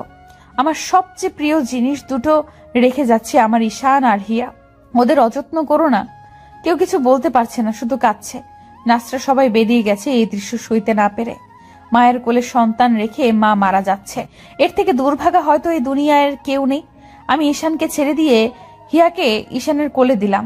কাঁদবে না একদম। আর ঠিক মতো খাওয়া দাওয়া করবে। হিয়াকে খাওয়াবে, গোসল করাবে, খেলবে ওর সাথে। সব দায়িত্ব তোমায় দিয়ে গেলাম, কিন্তু কোনো দায়িত্ব নিতে যদি ভুল করেছো তো দেখো। আমি কেমনে থাকবো ইহিতা? আমায় নিয়ে যাও না তোমার সাথে। তোমায় ছাড়া আমি কেমনে থাকবো বলো ইহিতা, বলো। তুমি কেন বুঝছো না ইহিতা ছাড়া? ঈশান আমার কথা শেষ করার আগেই ইহিতা আমার বুকের উপর মাথা কাত করে দেয় আর হিয়ার উপর এক হাত ফেলে দেয়। আমার তখন বুক ধুক করে ওঠে, আমার হাত কাঁপছে। ভাইয়া হিয়াকে নেয় আমার কাছ থেকে আর আমি ইহিতার মাথা নাড়িয়ে দেখি ইহিতা কথা বলছে না। আমি ইহিতার গাল ধরে বলি, ইহিতা, এই হিয়ার আম্মু, কোথায় গেলা তুমি? এই ইহিতা, ইহিতা। ইহিতার বাবা চুপ হয়ে যায় আর ডাক্তার আমাকে সরিয়ে দেয় ইহিতার সামনে থেকে। ভাবি সেন্সলেস হয়ে যায়। ভাইয়া হিয়াকে সিমির কাছে দিয়ে ভাবির জ্ঞান ফিরালো। ভাবি তখন ভাইয়াকে জড়িয়ে ধরে হাউমাউ করে কেঁদে দেয়। ইহিতার মুখের দিকে তাকিয়ে আছি আমি। হিয়া অনেক কান্না করছে। হিয়ার কান্না কেউ থামাতে পারছে না। আমি তখন হিয়াকে কোলে নেই। হিয়াকে কোলে নিয়ে আমি ইহিতার লাশের সামনে যাই। হিয়া তখন ইহিতার জামা ধরে টানাটানি করছিল, কিন্তু ইহিতার নির্জীব শরীর আর তার আদরের মেয়ের ছোঁয়া বুঝতে পারছে না। আমি হিয়াকে বুকে জড়িয়ে নিয়ে শুধু কাঁদছি। সামনে ইহিতার মায়াভরা মুখটি চোখ বন্ধ করে রেখেছে সারা জীবনের জন্য। ইহিতার বাবা কিছু বলছে না। ডাক্তার সাগর ইহিতার বাবাকে সামলাচ্ছেন। ভাইয়া ভাবি আমার কাছে এসে দাঁড়ায়। ভাবি হিয়াকে আমার কোল থেকে নেয়। ভাইয়াকে জড়িয়ে ধরে হাউমাউ করে কেঁদে দেয় আমি। ভাইয়ারে আমি থাকবো কিভাবে এই মায়াপরীকে ছাড়া? আমার হিয়া থাকবে কিভাবে? ও এইভাবে আমাদের দুইজনকে একা ছেড়ে চলে গেল কেন? ভাইয়া কথা বলো। আর কখনোই তো ও আমায় বলবে না খাইয়ে দাও, বলবে না দুষ্টামি করো না। ভাইয়া আমার বুকটা যে ফেটে যাচ্ছে রে ভাইয়া। ইহিদাকে এনে দাও ভাইয়া, এনে দাও। আমি মরে যাবো ওকে ছাড়া। ভাই তুই কাঁদিস না। তুই এইভাবে ভেঙে পড়লে হিয়ার আম্মুকে কে দেখবে বল? এখন তোর উপরে দায়িত্ব কত তুই জানিস না। শক্ত কর নিজেকে। ভাইয়া আমি ইহিতাকে ছাড়া থাকতে পারবো না। ভাইয়া এনে দাও ওকে। ভাইয়াও কাঁদছে, কিন্তু কি বলবে? ভাবি করিডোরে দাঁড়াই হিয়াকে নিয়ে। মা বাবাও ভাবির পাশে বসে কাঁদছে। 1 ঘন্টার মধ্যে ইহিতাকে দাফন করা হলো। আমি হাতে মাটি লাগা থাকা অবস্থায় হিয়াকে নিয়ে কবরের সামনে বসে পড়লাম আর চোখের পানি দিয়ে কবর ভিজাচ্ছি। হিয়াও চিৎকার করে কাঁদছে। আমি কোনো কথা বলছি না, শুধু হিয়ার দিকে তাকিয়ে আছি। আম্মু দেখ না, তোর আম্মু কি শান্তিতে ঘুমাচ্ছে তোকে আর আমাকে ছেড়ে? বলতো আম্মু, তুই কি থাকতে পারবি তোর আম্মুকে ছাড়া? ভাইয়া পাশে দাঁড়িয়ে কান্না করছে, সাথে বাবা আর আঙ্কেল। আমি হিয়াকে বলছি, জানো হিয়া, তোমার আম্মু কখনো অন্ধকারে থাকতে পারতো না। আজ দেখো ও নিজেই অন্ধকার হয়ে গেছে। ও ভয় পেলেই আমার টি শার্ট ছিঁড়ে ফেলতো টান দিয়ে, কিন্তু এখন কে ছিঁড়বে? আমি ওর এত স্মৃতি নিয়ে কিভাবে বাঁচবো বলো না হিয়া আম্মু? বাবা আর ভাইয়া আমাকে ওঠালো। বাড়ির গার্ডেনেই কবর দেওয়া হয়েছে ইহিতাকে। আমি উঠবো না। ভাইয়া জোর করে উঠালো আমাকে। ভাবির কোলে দিল হিয়াকে। ভাইয়া ভাবিকে বলল হিয়াকে খাবার খাওয়াতে। ভাইয়া আমাকে নিয়ে গেস্ট রুমে গেল, কারণ বেডরুমে গেলেই আবার পাগলামি শুরু করব ইহিতার সব কিছু দেখে। ভাইয়া নিজেই আমাকে ফ্রেশ করিয়ে দিল। এই অবস্থায় কে কাকে দেখবে? কিন্তু ভাইয়া আর ভাবি শক্ত হাতে সব সামলাচ্ছে। রাত যত বাড়ছে আমার কান্নার আওয়াজ তত জোরেই শোনা যাচ্ছে। দরজার বাইরে দাঁড়িয়ে সবাই কাঁদছে, কিন্তু কেউ আমাকে সান্ত্বনা দেওয়ার সাহস পাচ্ছে না। আমি এখনও বেডরুমে যাইনি। মাটিতে শুয়ে শুয়ে শুধু কাঁদছি। সারাদিনে কেউ কিছু খায়নি। আমার চোখে চোখ রেখে কেউ কিছু বলতে পারছে না। বারবার ইহিতার কথা কানে বাজছে। বেয়াদব, স্টুপিড, ছোট লোক। ইহিতার বিভিন্ন ভঙ্গিতে কথা বলা এখন আমাকে আরও কষ্ট দিচ্ছে। রাতে আমাকে জড়িয়ে ধরে ঘুমানো, এসব এখন সবই স্মৃতি আমার কাছে। আমি আর পারছি না এভাবে থাকতে। কষ্টের মধ্যেই শেষ হয়ে যাচ্ছি। আমার সামনে থাকা একটা ছুরি হাতে নেই আমি। ভাইয়া আর বাবা দৌড়ে এসে আটকায় আমাকে। আমি আব্বুকে জড়িয়ে ধরে বলি, পাপা আমি এভাবে বেঁচে থেকে কি করব পাপা? পাপা আমি পারবো না এভাবে বেঁচে থাকতে। আমার ইহিতাকে এনে দাও তোমরা। আমি মরে যাব পাপা, আমি মরে যাব। আব্বু তুই না আমার লক্ষ্মী ছেলে, আমার দাদু ভাইকে কে দেখবে তুই এমন করলে? আব্বু পাগলামি করিস না। ইহান কেঁদো না, নিজেকে শক্ত করো। এইটাই হওয়ার ছিল। ভাই তুই না আমার ভাই। ঈশান মির্জাকে এইভাবে মানায় না। আমার ভাই সবসময় হাসি খুশি থাকবে। সেই ভাইকে আমি দেখতে চাই, অন্তত আমাদের হিয়া মামুনির জন্য। ঈশান দেখো হিয়া কিভাবে তাকিয়ে আছে তোমার দিকে। তুমি এই পাগলামো করলে এই মেয়েটাকে কে দেখবে? ঈশান হিয়াকে কোলে নিয়ে বিছানায় বসে পড়ল। আমি ঈশানের জন্য ভাত নিয়ে আসলাম। ঈশানকে জোর করে খাইয়ে দিলাম, কিন্তু নিজে কিছুই খেতে পারছি না। বাকিরাও কেউ কিছুই খায়নি। এভাবে কেটে গেল 8টা মাস। হিয়া এখন বসতে পারে আর একদমই হিতার মতো হয়েছে দেখতে। ঈশান আগের থেকে অনেক শান্ত হয়ে গেছে, কিন্তু ঈশানের কষ্টের সাক্ষী হয়ে থাকে প্রতিটা রাত। বাবা ঈশানকে কাজে ব্যস্ত রাখতে চান যাতে ঈশান ইহিতাকে ভুলতে পারে, তাই তিনি সমস্ত ব্যবসা ঈশানের উপর দিয়ে দিলেন।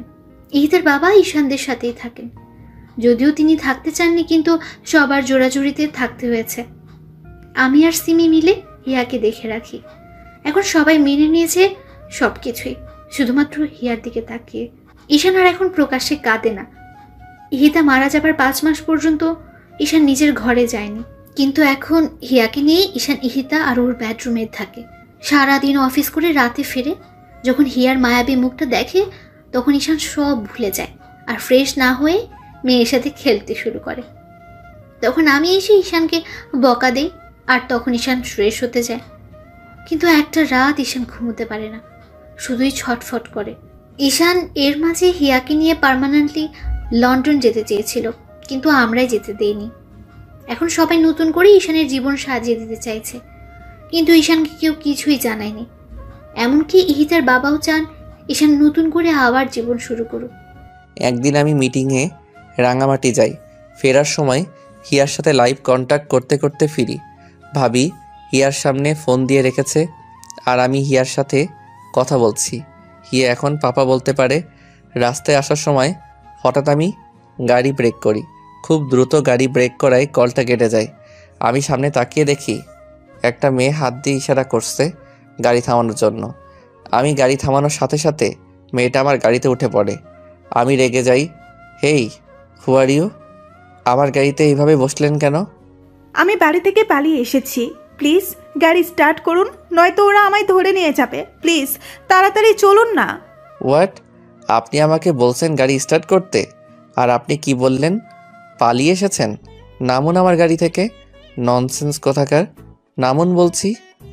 প্লিজ আপনি এমন করবেন না, আমি অনেক বিপদে আছি, আপনি এখান থেকে চলুন প্লিজ, আপনাকে আমি সব বলছি। দেখে তো মনে হচ্ছে আজকে আপনার বিয়ে ছিল, তা বিয়ের স্টেজ থেকে কি পালিয়েছেন?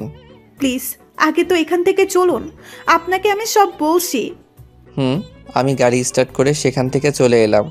আমি অদ্রিকা, সিঙ্গাপুর থেকে দেশে ফিরেছি 3 দিন হলো, আর এসেই শুনি আমার ফুপি আমার বিয়ে ঠিক করেছেন। আমি বিয়ে করব না বলেই পালিয়ে এসেছি। তা বিয়ে কেন করবেন না? বয়ফ্রেন্ড আছে? আরে না, ওইসব কিছু না, সে অনেক কথা। সরি, আপনাকে আমি ঝামেলায় ফেলে দিলাম। নামবেন কোথায়? কোথায় নামবো জানি না, ঢাকাতে আমার কোনো রিলেটিভ থাকে না। আজীব তো, কোথায় নামবেন জানেন না আর আমার গাড়িতে উঠলেন। যদি কিছু মনে না করেন আপনাকে একটা কথা বলি। আপনি মেরিন রেজিস্ট্রিতে সাইন করতে পারেন, যাতে আমি আমার ফুপিকে দেখাতে পারি আমি ম্যারিড। কথা দিচ্ছি আপনার কোনো ঝামেলা হবে না, ফুপি ট্রাস্ট করলে আমি আপনাকে ছেড়ে দেব আর আমি বাইরে চলে যাব। লোকটা এই কথা শুনে গাড়ি খুব জোরে ব্রেক করলো আর বলল, কি বললেন আপনি? আসলে আমার ছেলে ফ্রেন্ডদের সবাইকে ফুপি চিনে তো, তাই, নয়তো ওদেরই হেল্প নিতাম। নামুন আমার গাড়ি থেকে, just get down from my car. আমি অদ্রিকাকে রাগে গাড়ি থেকে নামিয়ে দিলাম। অদ্রিকা অসহায়ের মতো তাকিয়েছিল আমার দিকে, কিন্তু আমি এতটাই রেগে গেছি বিয়ের কথা শুনে, যা বলার বাইরে। তাই আমি অদ্রিকাকে একা ফেলেই চলে গেলাম। কিছু দূর যাওয়ার পর ভাবি ফোন দেয়। ফোন রিসিভ করে, বলো বৌমনি। আর কতক্ষণ লাগবে আসতে? হিয়া কাঁদছে কিন্তু। ঘন্টাখানেক লাগবে বৌমনি। মেজাজ এত চওড়া কেন? এমনি। বলো কেন? এরপর আমি ভাবিকে সব বললাম। এসব শুনে ভাবি রেগে গেল আমার উপর। কাজটা তুমি ঠিক করলে না ঈশান।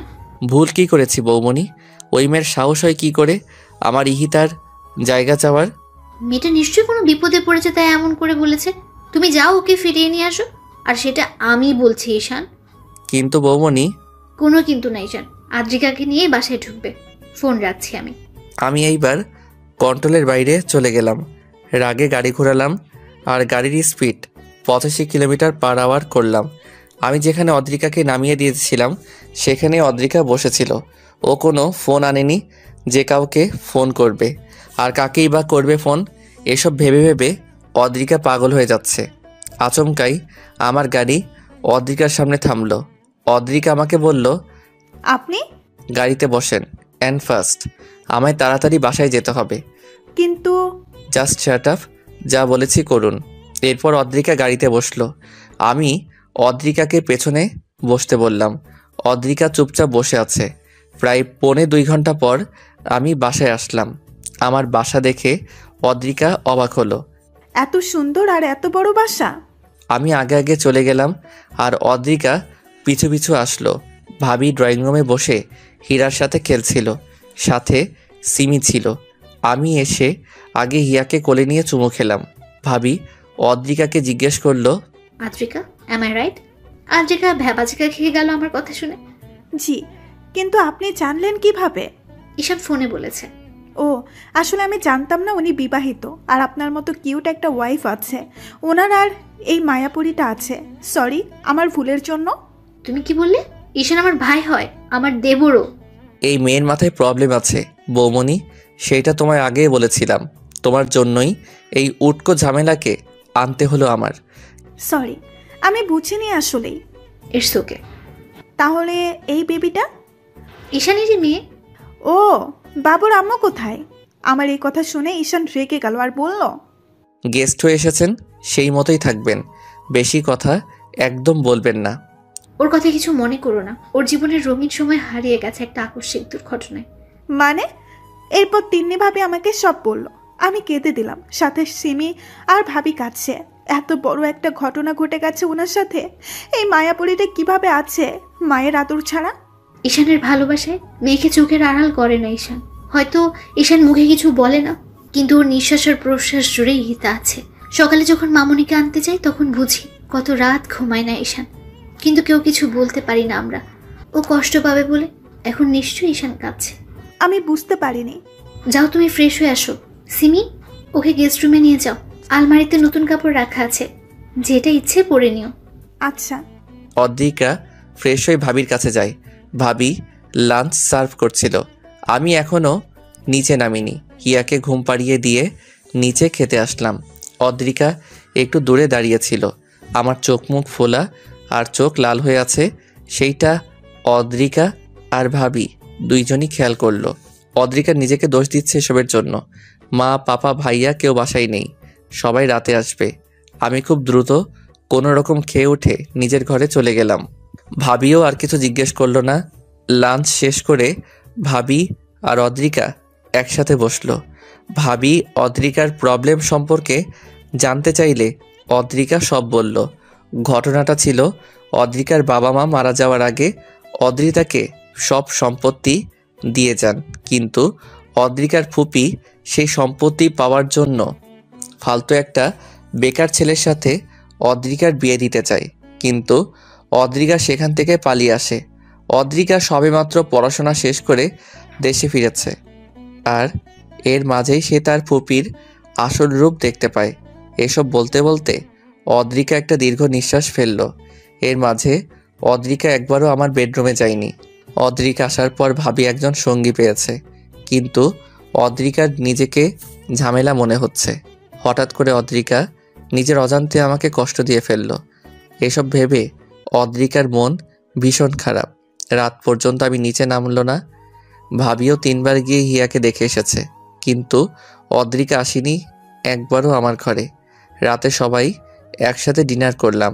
রাতে যখন সবাই খেতে বসলো তখন সবাই ভাবিকে জিজ্ঞেস করছিল, এই মেয়েটা কে? এরপর ভাবি অদ্রিকার সব কথা বলল সবাইকে।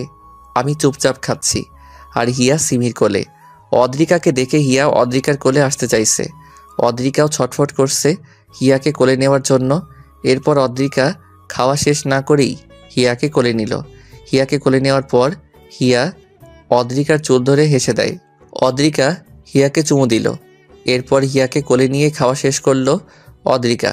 সবাই হিয়ার দিকে তাকিয়েছিল। কতটা খুশি হয়েছে হিয়া অদ্রিকাকে পেয়ে। আমি খাওয়া শেষ করেই হিয়াকে নিয়ে উপরে চলে গেলাম।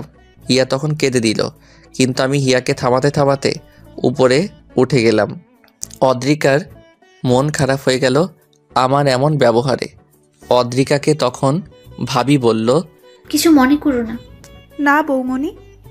রাতে আমি গেস্ট রুমে ঘুমিয়ে পড়লাম। খাওয়া দাওয়া শেষ করে ইতিহার বাবা, ইহানের মা, ঈশানের পাপা, ভাবি আর ভাইয়াকে ডাকলো। মেয়েটা তো ভালোই বৌমা। হ্যাঁ মা, অনেক হাসি খুশি একটা মেয়ে। দেখতেও অনেক সুন্দরী, আর হায়ার এডুকেশনও। হ্যাঁ আঙ্কেল, আসলে আপনারা যদি অনুমতি দেন তাহলে আমি একটা কথা বলবো। বলো। আজকে হিয়া আদ্রিকার কোলে অনেক খুশি ছিল। মনে হলো আদ্রিকাকে ও আগে থেকেই চেনে, আর ঈশানের সারাটা জীবন পড়ে আছে। তাই আমি চাইছি যদি আদ্রিকা রাজি থাকে তাহলে ঈশানের সাথে আদ্রিকার বিয়ে দিলে কেমন হয়? বৌমা, আমরাও এই কথাটাই ভাবছিলাম, ছেলেটার কত একা থাকবে, ওর তো একটা চাওয়া পাওয়া আছে, আর ওর মন থেকে ইহিতার স্মৃতি মুছার জন্য একটা ওয়ে দরকার, আর এইটা হচ্ছে অদ্রিকার মতো ভালো আর রুচিশীল একটা মেয়ের সঙ্গ। হ্যাঁ বেয়াই, আপনি ঠিক কথাই বলেছেন। কিন্তু পাপা, ঈশান তো রাজি হবে না, আর ও চাইবে না আবার বিয়ে করতে। জানি আইমান, কিন্তু ওকে তো রাজি করাতে হবে, নয়তো এই ছোট মেয়েটা তো মায়ের আদর থেকে সারা জীবন বঞ্চিত হবে। ঈশানকে বলে দেখবো আমরা কালকে সন্ধ্যায়, বলবো যখন ও বাসায় আসবে।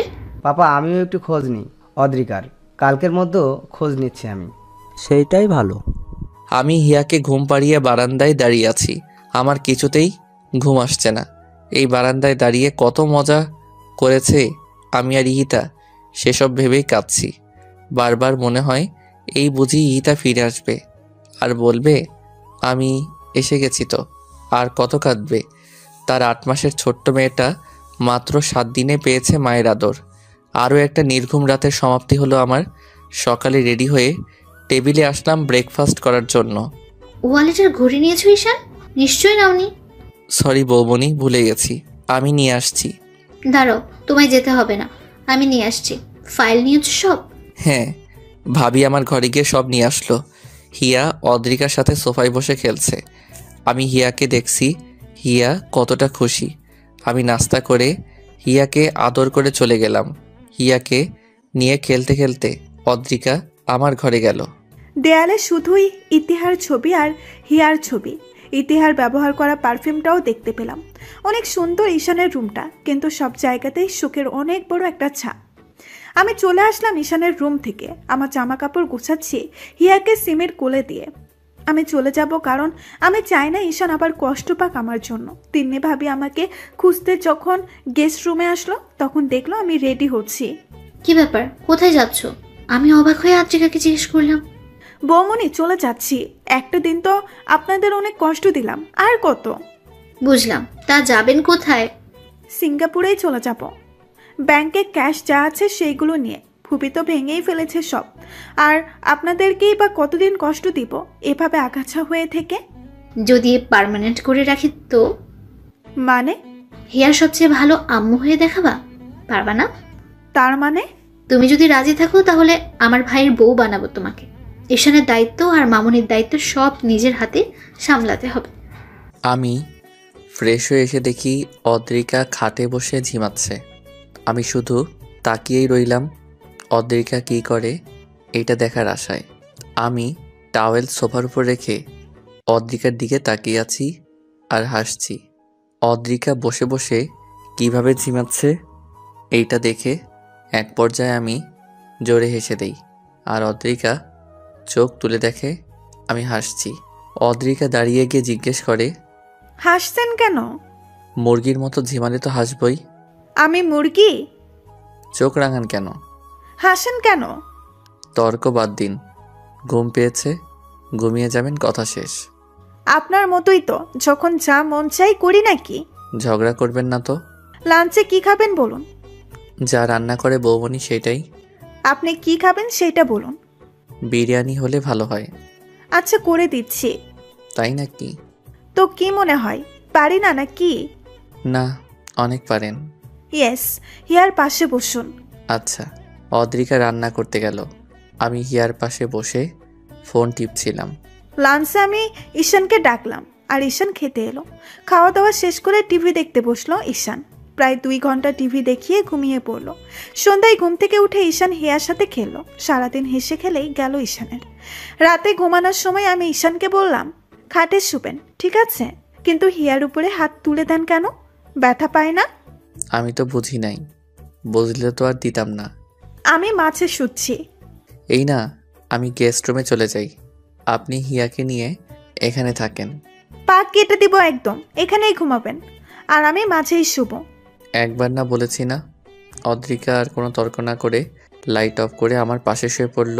আমার দিকে তাকিয়ে বলল, আপনার স্ত্রী হই না এখন আমি? কেন আমাকে এভাবে দূরে সরিয়ে রাখছেন বলুন তো?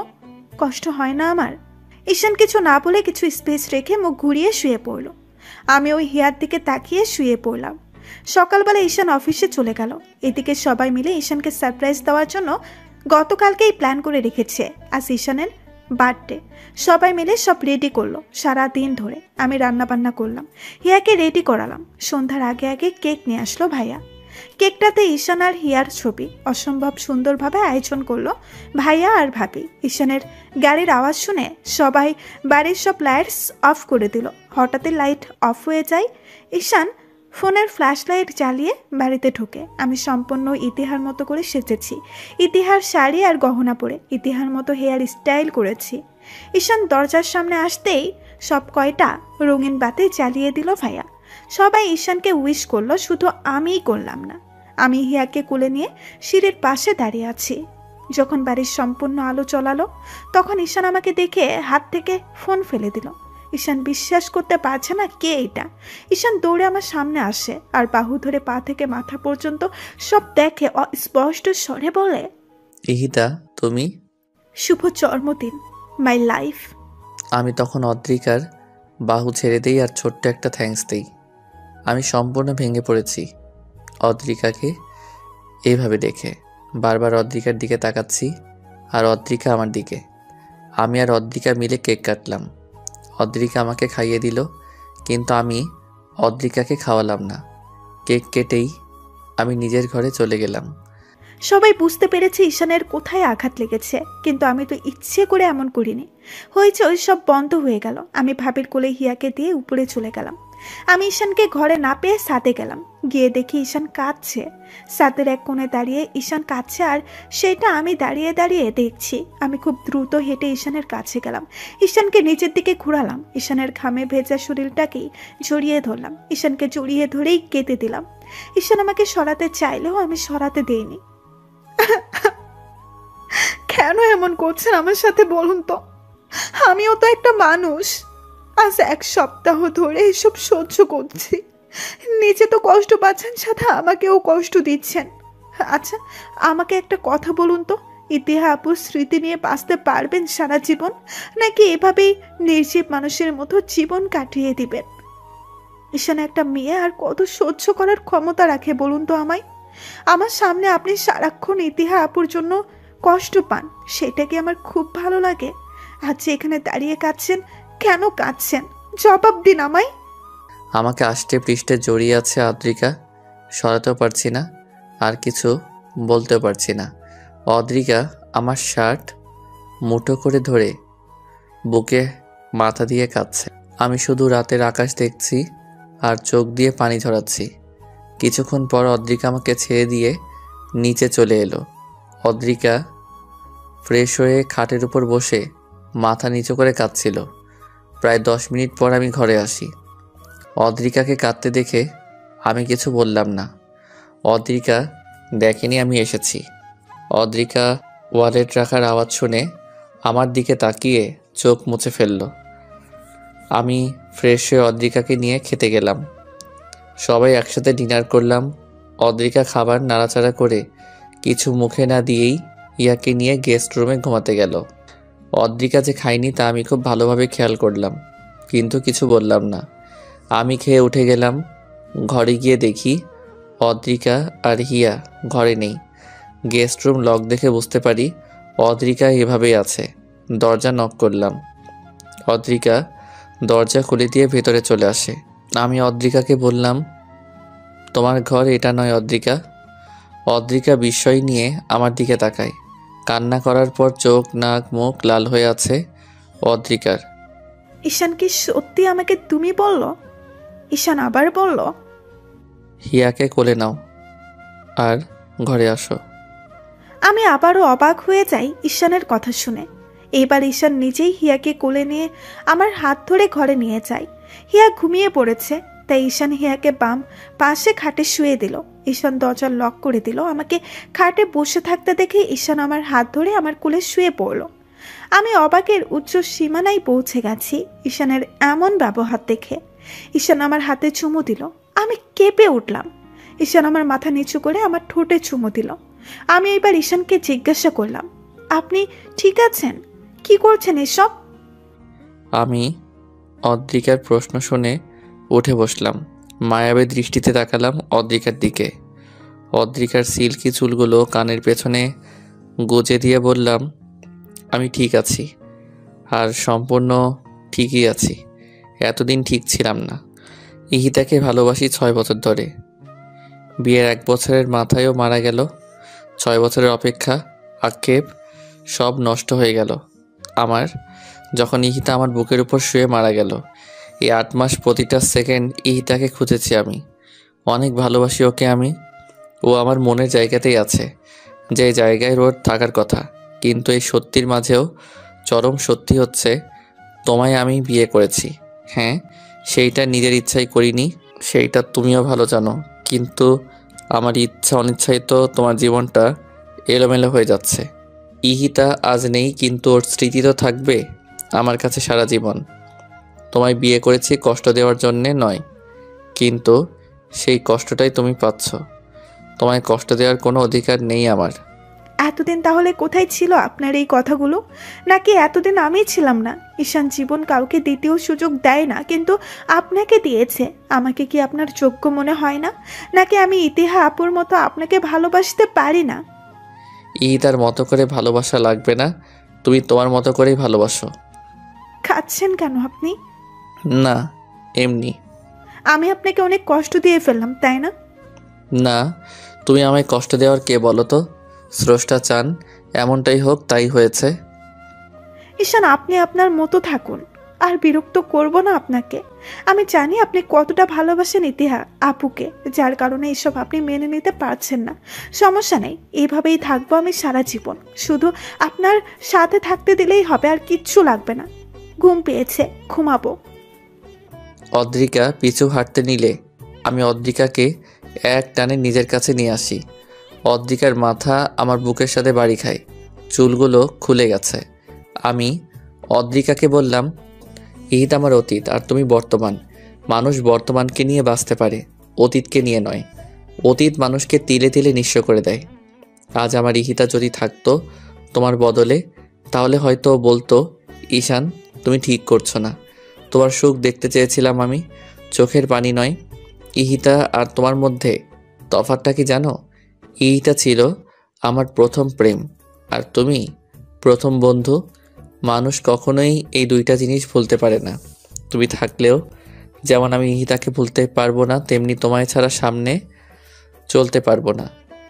ইহিতাকে ভুলাও আমার পক্ষে সম্ভব নয়, আর তোমাকে কষ্ট দেওয়াও আমার দ্বারা সম্ভব না। হয়তো তুমি আমার হবে বলেই এত আয়োজন। এত পাগল ছিলেন আপনি ইতিহা আপুর জন্য? থাক, সেই সব বাদ দাও। আর কোনোদিন ইহিতার জিনিসপত্র ধরো না। না, ধরবো না। হিয়াকে সবসময় নিজের মেয়ের মতো আদর করো। কখনো ওকে বুঝতে দিও না যে তুমি ওর মা নও। কি বললেন আপনি? আমি হিয়ার মা না তো কে ওর মা? ঘুম পেয়েছে, ঘুমাবো। যান। তুমি? ঘুমাবো না। ঈশান আমাকে বিছানায় এনে মাঝে শোয়ালো, আর হিয়াকে দেখলো একটু। এরপর ঈশান আমাকে জড়িয়ে ধরে ঘুমিয়ে পড়লো। ঈশানের দিকে তাকিয়ে আছি, আর মনে মনে বলছি, এই ছেলেটাকে আর কোনো দিন কষ্ট দেওয়া যাবে না। জীবনে অনেক কষ্টটাই পেয়েছেও। আর ইতিহার নাম বলবো না আমি ঈশানের সামনে। এরপর আমিও ঘুমিয়ে পড়লাম। সকালে ঘুম থেকে উঠে দেখি ঈশান আর হিয়া দুজনেই ঘুমাচ্ছে। আমি উঠে যাই, ফ্রেশ হয়ে ঈশানের জন্য খাবার রেডি করলাম। আমি আজ আদ্রিকার মুখে অন্যরকম খুশির ঝলক দেখতে পাচ্ছি। রান্নাঘরে গিয়ে আদ্রিকাকে জিজ্ঞেস করলাম, ব্যাপার কি? লোভ বাইট নাকি অন্য কিছু? কিছুই না বৌমনি। ঈশান কই? ঘুমান। উঠে না। ডেকে দাও, অফিসে যাবে না? কটা বেজে গেছে? হ্যাঁ বৌমনি, যাচ্ছি। তুমি একটু দেখো এগুলো। আমি রান্নাঘর থেকে বেরিয়ে দেখলাম ঈশান নামছে হিয়াকে কোলে নিয়ে। আমি এগিয়ে গিয়ে হিয়াকে কোলে নিলাম। ঈশানকে জিজ্ঞাসা করলাম, অফিসে যাবেন না? না। কেন? পরে বলবো, জুস দিয়ে যাও। দিচ্ছি। শরীর খারাপ না তো আবার? আরে না, হিয়াকে দিয়ে যাও আমার কাছে। অদ্রিকা আমাকে জুস এনে দিল। আমি পিয়াকে ফোন করে বললাম, আগামী 7 দিন সে অফিসে যাব না, সব যেন ম্যানেজ করে ম্যানেজার আর ও মিলে। অদ্রিকা আমাকে জিজ্ঞেস করলো, 7 দিন যাবেন না কেন? বলবো তো, ব্রেকফাস্ট সার্ভ করো। করছি, আসেন। সবাই মিলে একসাথে ব্রেকফাস্ট খেতে বসলাম। ঈশান খাবার মাঝে সবাইকে বলল, আমি আজ রাতের ফ্লাইটে কক্সবাজার যাচ্ছি অদ্রিকা আর হিয়াকে নিয়ে। সবাই অবাক হয়ে গেল, সাথে অদ্রিকাও। আমরাও ভাবছিলাম তোর বাইরে যাওয়া দরকার, দেশের বাইরে যা। না ভাইয়া, হিয়া বড় হলে বাইরে যাওয়ার প্ল্যান করব। অফিসে তাহলে আমি বসছি, তুই ঘুরে আয়। হুম। ঈশান আমাকে নিয়ে ঘুরতে যাবে এই কথা ভেবেই আমি লাফাচ্ছি। ব্রেকফাস্ট টেবিল থেকে হিয়াকে নিয়ে ঘরে গেলাম। ঈশান খাওয়া শেষ করে ঘরে এলো। ঈশানকে দেখে আমি ঈশানের কাছে এগিয়ে যাই, হিয়াকে কুলে নিয়ে। ঈশানকে জিজ্ঞাসা করলাম, আমরা কি সত্যি আউটিংয়ে যাচ্ছি? হুম। বিশ্বাস হচ্ছে না। হিয়াকে আমার কাছে দিয়ে তুমি রেডি হও, বিশ্বাস হওয়া লাগবে না। যাবো তো রাতে, এখন কিসের রেডি? কিছু লাগলে বলো, অর্ডার করে দেই। আর কাপড় গোছাতে হবে না? হ্যাঁ, তা তো হবেই। সেগুলোই করো এখন, আমি হিয়াকে দেখছি। আচ্ছা, আমি যাওয়ার জন্য সম্পূর্ণ তৈরি। সন্ধ্যার পর ঈশান আমি হিয়াকে নিয়ে রেডি হয়ে নিচে নামলাম। ঈশান হোয়াইট শার্ট আর ব্ল্যাক জিন্স পরেছে, আমি ব্ল্যাক শাড়ি আর গা ভর্তি গহনা। হিয়াকে আমি টি শার্ট আর শর্ট পরিয়েছি। আমাদের দেখতে ভীষণ সুন্দর লাগছে। সবার কাছ থেকে বিদায় নিয়ে ঈশান এয়ারপোর্টের উদ্দেশ্যে রওনা দিল। ড্রাইভার গাড়ি চালাচ্ছে আর আমরা পেছনে বসে আছি। ঈশানের কোলে হিয়া। ঈশান হিয়ার সাথে কত কথা বলছে, আমি সেই কথাগুলো মনোযোগ দিয়ে শুনছি আর হাসছি। ঈশান আমার দিকে এক নজর তাকিয়ে আবার হিয়ার সাথে মজা করা শুরু করে। 1 ঘন্টা পর ঈশান এয়ারপোর্টে গিয়ে পৌঁছালো আর সব ফর্মালিটি মেনটেন করে প্লেনে উঠলো আমাদের নিয়ে। বিমান ফ্লাই হবার পর বেশিক্ষণ লাগেনি কক্সবাজার পৌঁছাতে। মধ্যরাতে হিয়াকে আর আমাকে নিয়ে ঈশান বুক করা হোটেলে ওঠে। হোটেল রুমে গিয়ে ঈশান হিয়াকে পিছনে শুয়ে দেয়, কারণ হিয়া ঘুমিয়ে গেছে। এরপর ঈশান আর আমি ফ্রেশ হই। ঈশান কফি খাচ্ছিল, তখন আমি ভেজা চুল নিয়ে ঈশানের পাশে দাঁড়ালাম।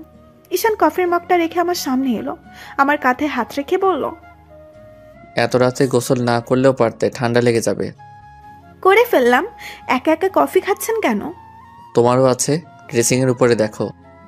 নিয়ে আসছি। আমরা দুইজন মিলে কফি খেলাম আর গল্প করলাম অনেক। ঈশান বেশিরভাগই ইতিহার কথা বলেছে, কিন্তু আমার রাগ হয়নি, বরং আরও জানার আগ্রহ বেড়েছে। প্রায় ভোর, তখন আমি আর ঈশান ঘুমাতে চাই। দুইজন একসাথেই শুয়ে পড়লাম। ঈশান আমার হাত ধরে ঘুমিয়ে যায় আর আমি হিয়ার উপরে হাত রেখে শুয়ে পড়ি। সকালে ঘুম থেকে জেগে দেখি অদ্রিকা এখনো ওঠেনি। আমি এক দৃষ্টিতে তাকিয়ে আছি অদ্রিকার দিকে। অদ্রিকা আড়মোড়া ভেঙে জেগে দেখে আমি হাতের উপর মাথা দিয়ে অদ্রিকার দিকে তাকিয়ে আছি। আমি তো খেয়াল করিনি অদ্রিকা জেগে গেছে। অদ্রিকা আমার নাকের মাথা ধরে খুব জোরে একটা টান দেয় আর উঠে যায়। আমি নাক আঙ্গুলে ধরে বসে থাকি। অদ্রিকা ফ্রেশ হয়ে এসে দেখে আমি ওইভাবেই নাক ধরে বসে আছি। অদ্রিকা আমার সামনে যাওয়ার সাথে সাথেই আমি অদ্রিকাকে টান দিয়ে বিছানায় ফেলে দেই আর অদ্রিকার হাত চেপে ধরি। অদ্রিকা হতভম্ব হয়ে যায়। আমি অদ্রিকার নাকের উপর নাক রেখে বললাম, আমার নাক ধরে টান দিয়েছ, এর শাস্তি কি হতে পারে জানো? যাই হোক, আমি নিতে প্রস্তুত। রাতে দিব, এখন নয়। হিয়া উঠে গেছে, চলো বাইরে থেকে ঘুরে আসি। আগে তো আমায় উঠতে দিন, নইলে কিভাবে উঠবো? আচ্ছা উঠো। আমি টি শার্ট আর ট্রাউজার পরে হিয়া আর অদ্রিকাকে নিয়ে বের হই। অদ্রিকা জিন্স টি শার্ট আর লং কোটি পরেছে, চুলগুলো ছাড়া। আমার কোলে হিয়া আর অদ্রিকা আমার হাত জড়িয়ে ধরে আছে। সি বিচে গিয়ে দুইজন মিলে অনেক আনন্দ করলাম। অনেকক্ষণ মজা করে দুইজন হোটেলে ফিরে এলো। ফ্রেশ হয়ে বেলকনিতে দাঁড়িয়ে রইল অদ্রিকা। আমি পিছু গিয়ে অদ্রিকাকে জড়িয়ে ধরলাম। অদ্রিকা কেঁপে উঠল। অদ্রিকা পেছন থেকে ঘুরে তাকালো আমার দিকে। আমার চোখে মুখে স্পষ্ট হয়ে উঠেছে অদ্রিকাকে কাছে পাওয়ার আকুলতা। অদ্রিকা বিছানায় তাকিয়ে দেখছে হিয়া ঘুমিয়ে আছে। অদ্রিকা আমার গলা জড়িয়ে ধরল। আমার নিঃশ্বাস পড়ছে অদ্রিকার চোখে আর মুখে। অদ্রিকা বলল, বাবুর 1 বছর হতে আর বেশি দিন বাকি নেই। আমি চাই হিয়ার জন্মদিন ধুমধাম করে উদযাপন করা হোক, আর ইতিহা আপুর মৃত্যুবার্ষিকী গ্রামে করব, এখানে নয়। আমিও তাই ভাবছিলাম। হিয়ার 1 বছর পূর্ণ হওয়ার দিন থেকে ঠিক 7 দিন পরেই তো ইহিতার মৃত্যুবার্ষিকী। এই জায়গায় কতদিন থাকছি? মাত্রই তো আসলাম, এখনই যাওয়ার চিন্তা করলে কিভাবে হবে? একটা কথা জিজ্ঞেস করি, হুম। আপনি কি শুধু দায় সরাতে আমায় মেনে নিয়েছেন, নাকি ভালোবেসে? ভাবতে হবে। অদ্রিকাকে রাগানোর জন্য এই কথা বললাম। আচ্ছা ভাবুন। ভাবছি আরেকটা বিয়ে করি, তাহলে হ্যাট্রিক হয়ে যাবে। আবার এটাও ভাবছি এইবার যাকে বিয়ে করব তার ঘরে একটা ছেলে সহ করব। কি বলো? বিছানায় শুয়ে আমি অদ্রিকার দিকে তাকিয়ে কথাগুলো বললাম। অদ্রিকা আমার কথা শেষ হওয়ার সাথে সাথেই আমার বুকের উপর শুয়ে আমাকে জড়িয়ে ধরল আর বলল, সেদিন আর ঈশান মির্জা দুনিয়াতেই থাকবে না। তাহলে কোথায় যাবে? আমি অদ্রিকাকে জড়িয়ে ধরলাম। ওপারে আর সাথে অদ্রিকা আর হিয়া। থাপ্পড় মারবো আবার এই কথা বললে। প্রথম ভালোবাসা ধরে রাখতে পারিনি, বাঁধন ছিঁড়ে বেরিয়ে গেছে। শেষ ভালোবাসা আর হারাতে চাই না। ইতিহা আপু, যেই বাঁধন ছিঁড়ে গেছে সেই বাঁধন তো একদিন আমাকেও ছিঁড়তে হবে। অদ্রিকা চুপ। আমিও পরম শান্তিতে ঈশানকে জড়িয়ে ধরলাম। দুজনে হারিয়ে গেলাম ভালোবাসার মায়ার জগতে। আদ্রিকা, ঈশান আর হিয়া 8 দিন কক্সবাজার অনেক আনন্দে কাটিয়েছে। বাসায় ফেরার পর আদ্রিকা আর ঈশানের মধ্যে প্রাপ্তি আর তৃপ্তির একটা সুখ অনুভব করলাম। দুজনকে সুখে দেখে নিজের অজান্তে হেসে দিই আর ওদের জন্য দোয়া করি। এরপর থেকে তার বাবা আদ্রিকাকে নিজের মেয়ে বলে ডাকেন। আইমান আদ্রিকার ফুপ্পির কাছ থেকে আদ্রিকার সমস্ত সম্পত্তির উইল এনে দিয়েছে আদ্রিকাকে। আদ্রিকা সেদিনই সব সম্পত্তি হিয়ার নামে উইল করে দেয় আর পেপার আইমানের কাছে রেখে দেয়। অনেকদিন পর মির্জা পরিবারে আবারও আলো জ্বালালো আদ্রিকা। সবার মুখে এখন একটা তৃপ্তির হাসি। সারা বাড়ি মাথায় করে রাখে আমি, আদ্রিকা আর হিয়া মিলে। 2 মা 1 মেয়ের পিছু ছুটে আর চেঁচামেচি করি।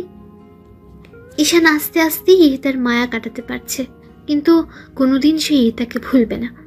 আজও ইহিতাকে মনে করে রাত জাগে ঈশান, চোখের পানি ফেলে। আদ্রিকা বিছানায় শুয়ে শুয়ে তখন কাঁদে আর ঈশানকে দেখে। সে ঈশানকে বাধা দেয় না। হিয়াও আস্তে আস্তে বড় হচ্ছে। আদ্রিকার অস্তিত্ব জুড়ে শুধু ঈশান আর হিয়া। 6 বছর পর। ওই, আমাকে সুন্দর লাগছে তো, নাকি বুড়ি হয়ে গেছি?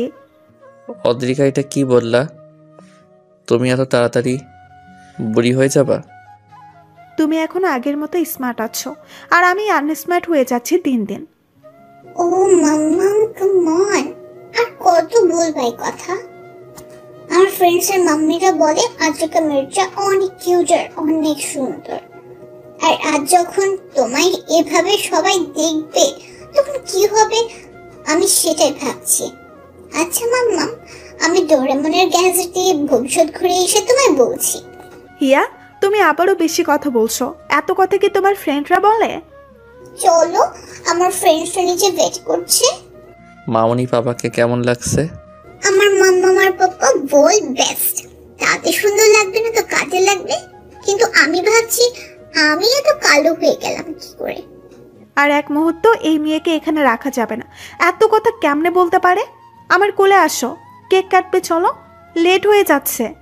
আমার প্রিন্সেসকে অনেক কিউট লাগছে। ড্রেসটা তো মাম্মাম এনে দিয়েছে, তাই মাম্মামের মতোই কিউট লাগছে, বুঝেছো পাপ্পা? কেন, তোমার পাপা কিউট না? বৌমনি, বৌমনি, কিরে, কি হলো? নিচে আয়। বৌমনি, এই পাগল দুটাকে সামলাও প্লিজ, নয়তো আমাকে কোথাও রেখে আসো। কেন আবার কি করেছে ওরা? মামনি, আবার কি করেছো তুমি? আজকেও মাম্মামকে রাগিয়ে দিয়েছো? আমি রাগাতে চাইনি তো বড় আব্বু, মাম্মাম এমনিতেই রেগে যায় আর বড় আম্মুর হেল্প নেই আমাকে থামানোর জন্য। আমার বুড়িটা দিন দিন পেকে যাচ্ছে। ধ্যাত বড় আব্বু, কি বলো? বুড়ি তো হচ্ছে মাম্মাম। এই কথা বলেই আইমানের কোল থেকে হিয়া নেমে দৌড়ে নানু ভাই আর দাদু ভাইয়ের কাছে চলে যায়। ঈশান সহ সবাই মুখ চেপে হাসছে আর আদ্রিকার মাথায় আগুন। ঈশান হঠাৎ আদ্রিকাকে কোলে তুলে নেয় আর নিচে নিয়ে আসে। আজ হিয়ার 7ম জন্মবার্ষিকী। হিয়ার জন্য আদ্রিকা আর কোনো সন্তান নেয়নি। ঈশান আর হিয়াকে ঘিরেই এখন আদ্রিকার জীবন। ঈশান অফিস থেকে ফেরার পর আদ্রিকা আর হিয়ার মুখ দেখেই সব ভুলে যায়। হিয়া জানে না এই হিতা নামে কেউ তার আসল মা। হিয়া ঈশান আর আদ্রিকাকে সবসময় ওয়ার্ল্ড বেস্ট প্যারেন্টস বলে। আদ্রিকা কেঁদে দেয়, হিয়াকে জড়িয়ে ধরে। তখন কোনো কিছুর অভাব আর অপূর্ণতা নেই ঈশান আর আদ্রিকার সংসারে। তবে ঈশান সবসময় হিতার কবরের পাশে বসে কাঁদে। আদ্রিকা তখন ঈশানকে জড়িয়ে ধরে। এভাবেই আদ্রিকা সবসময় ঈশানকে সাপোর্ট দিয়ে আসছে। ঈশান ওর জীবনে আদ্রিকার ভূমিকা কোনো দিন অস্বীকার করবে না। এখনো ঈশান খোলা রাস্তায় হেডলাইটের আলোতে বসে আদ্রিকাকে নতুন করে যায়, নতুন করে প্রপোজ করে আদ্রিকাকে। তখন আদ্রিকা শাড়ির আঁচল ধরে ঈশানের মায়া ভরা মুখের দিকে তাকিয়ে নিঃশব্দে কেঁদে দেয়। এভাবেই যুগ যুগ ধরে বেঁচে থাকুক ঈশান আর আদ্রিকার অমর আর পবিত্র প্রেম।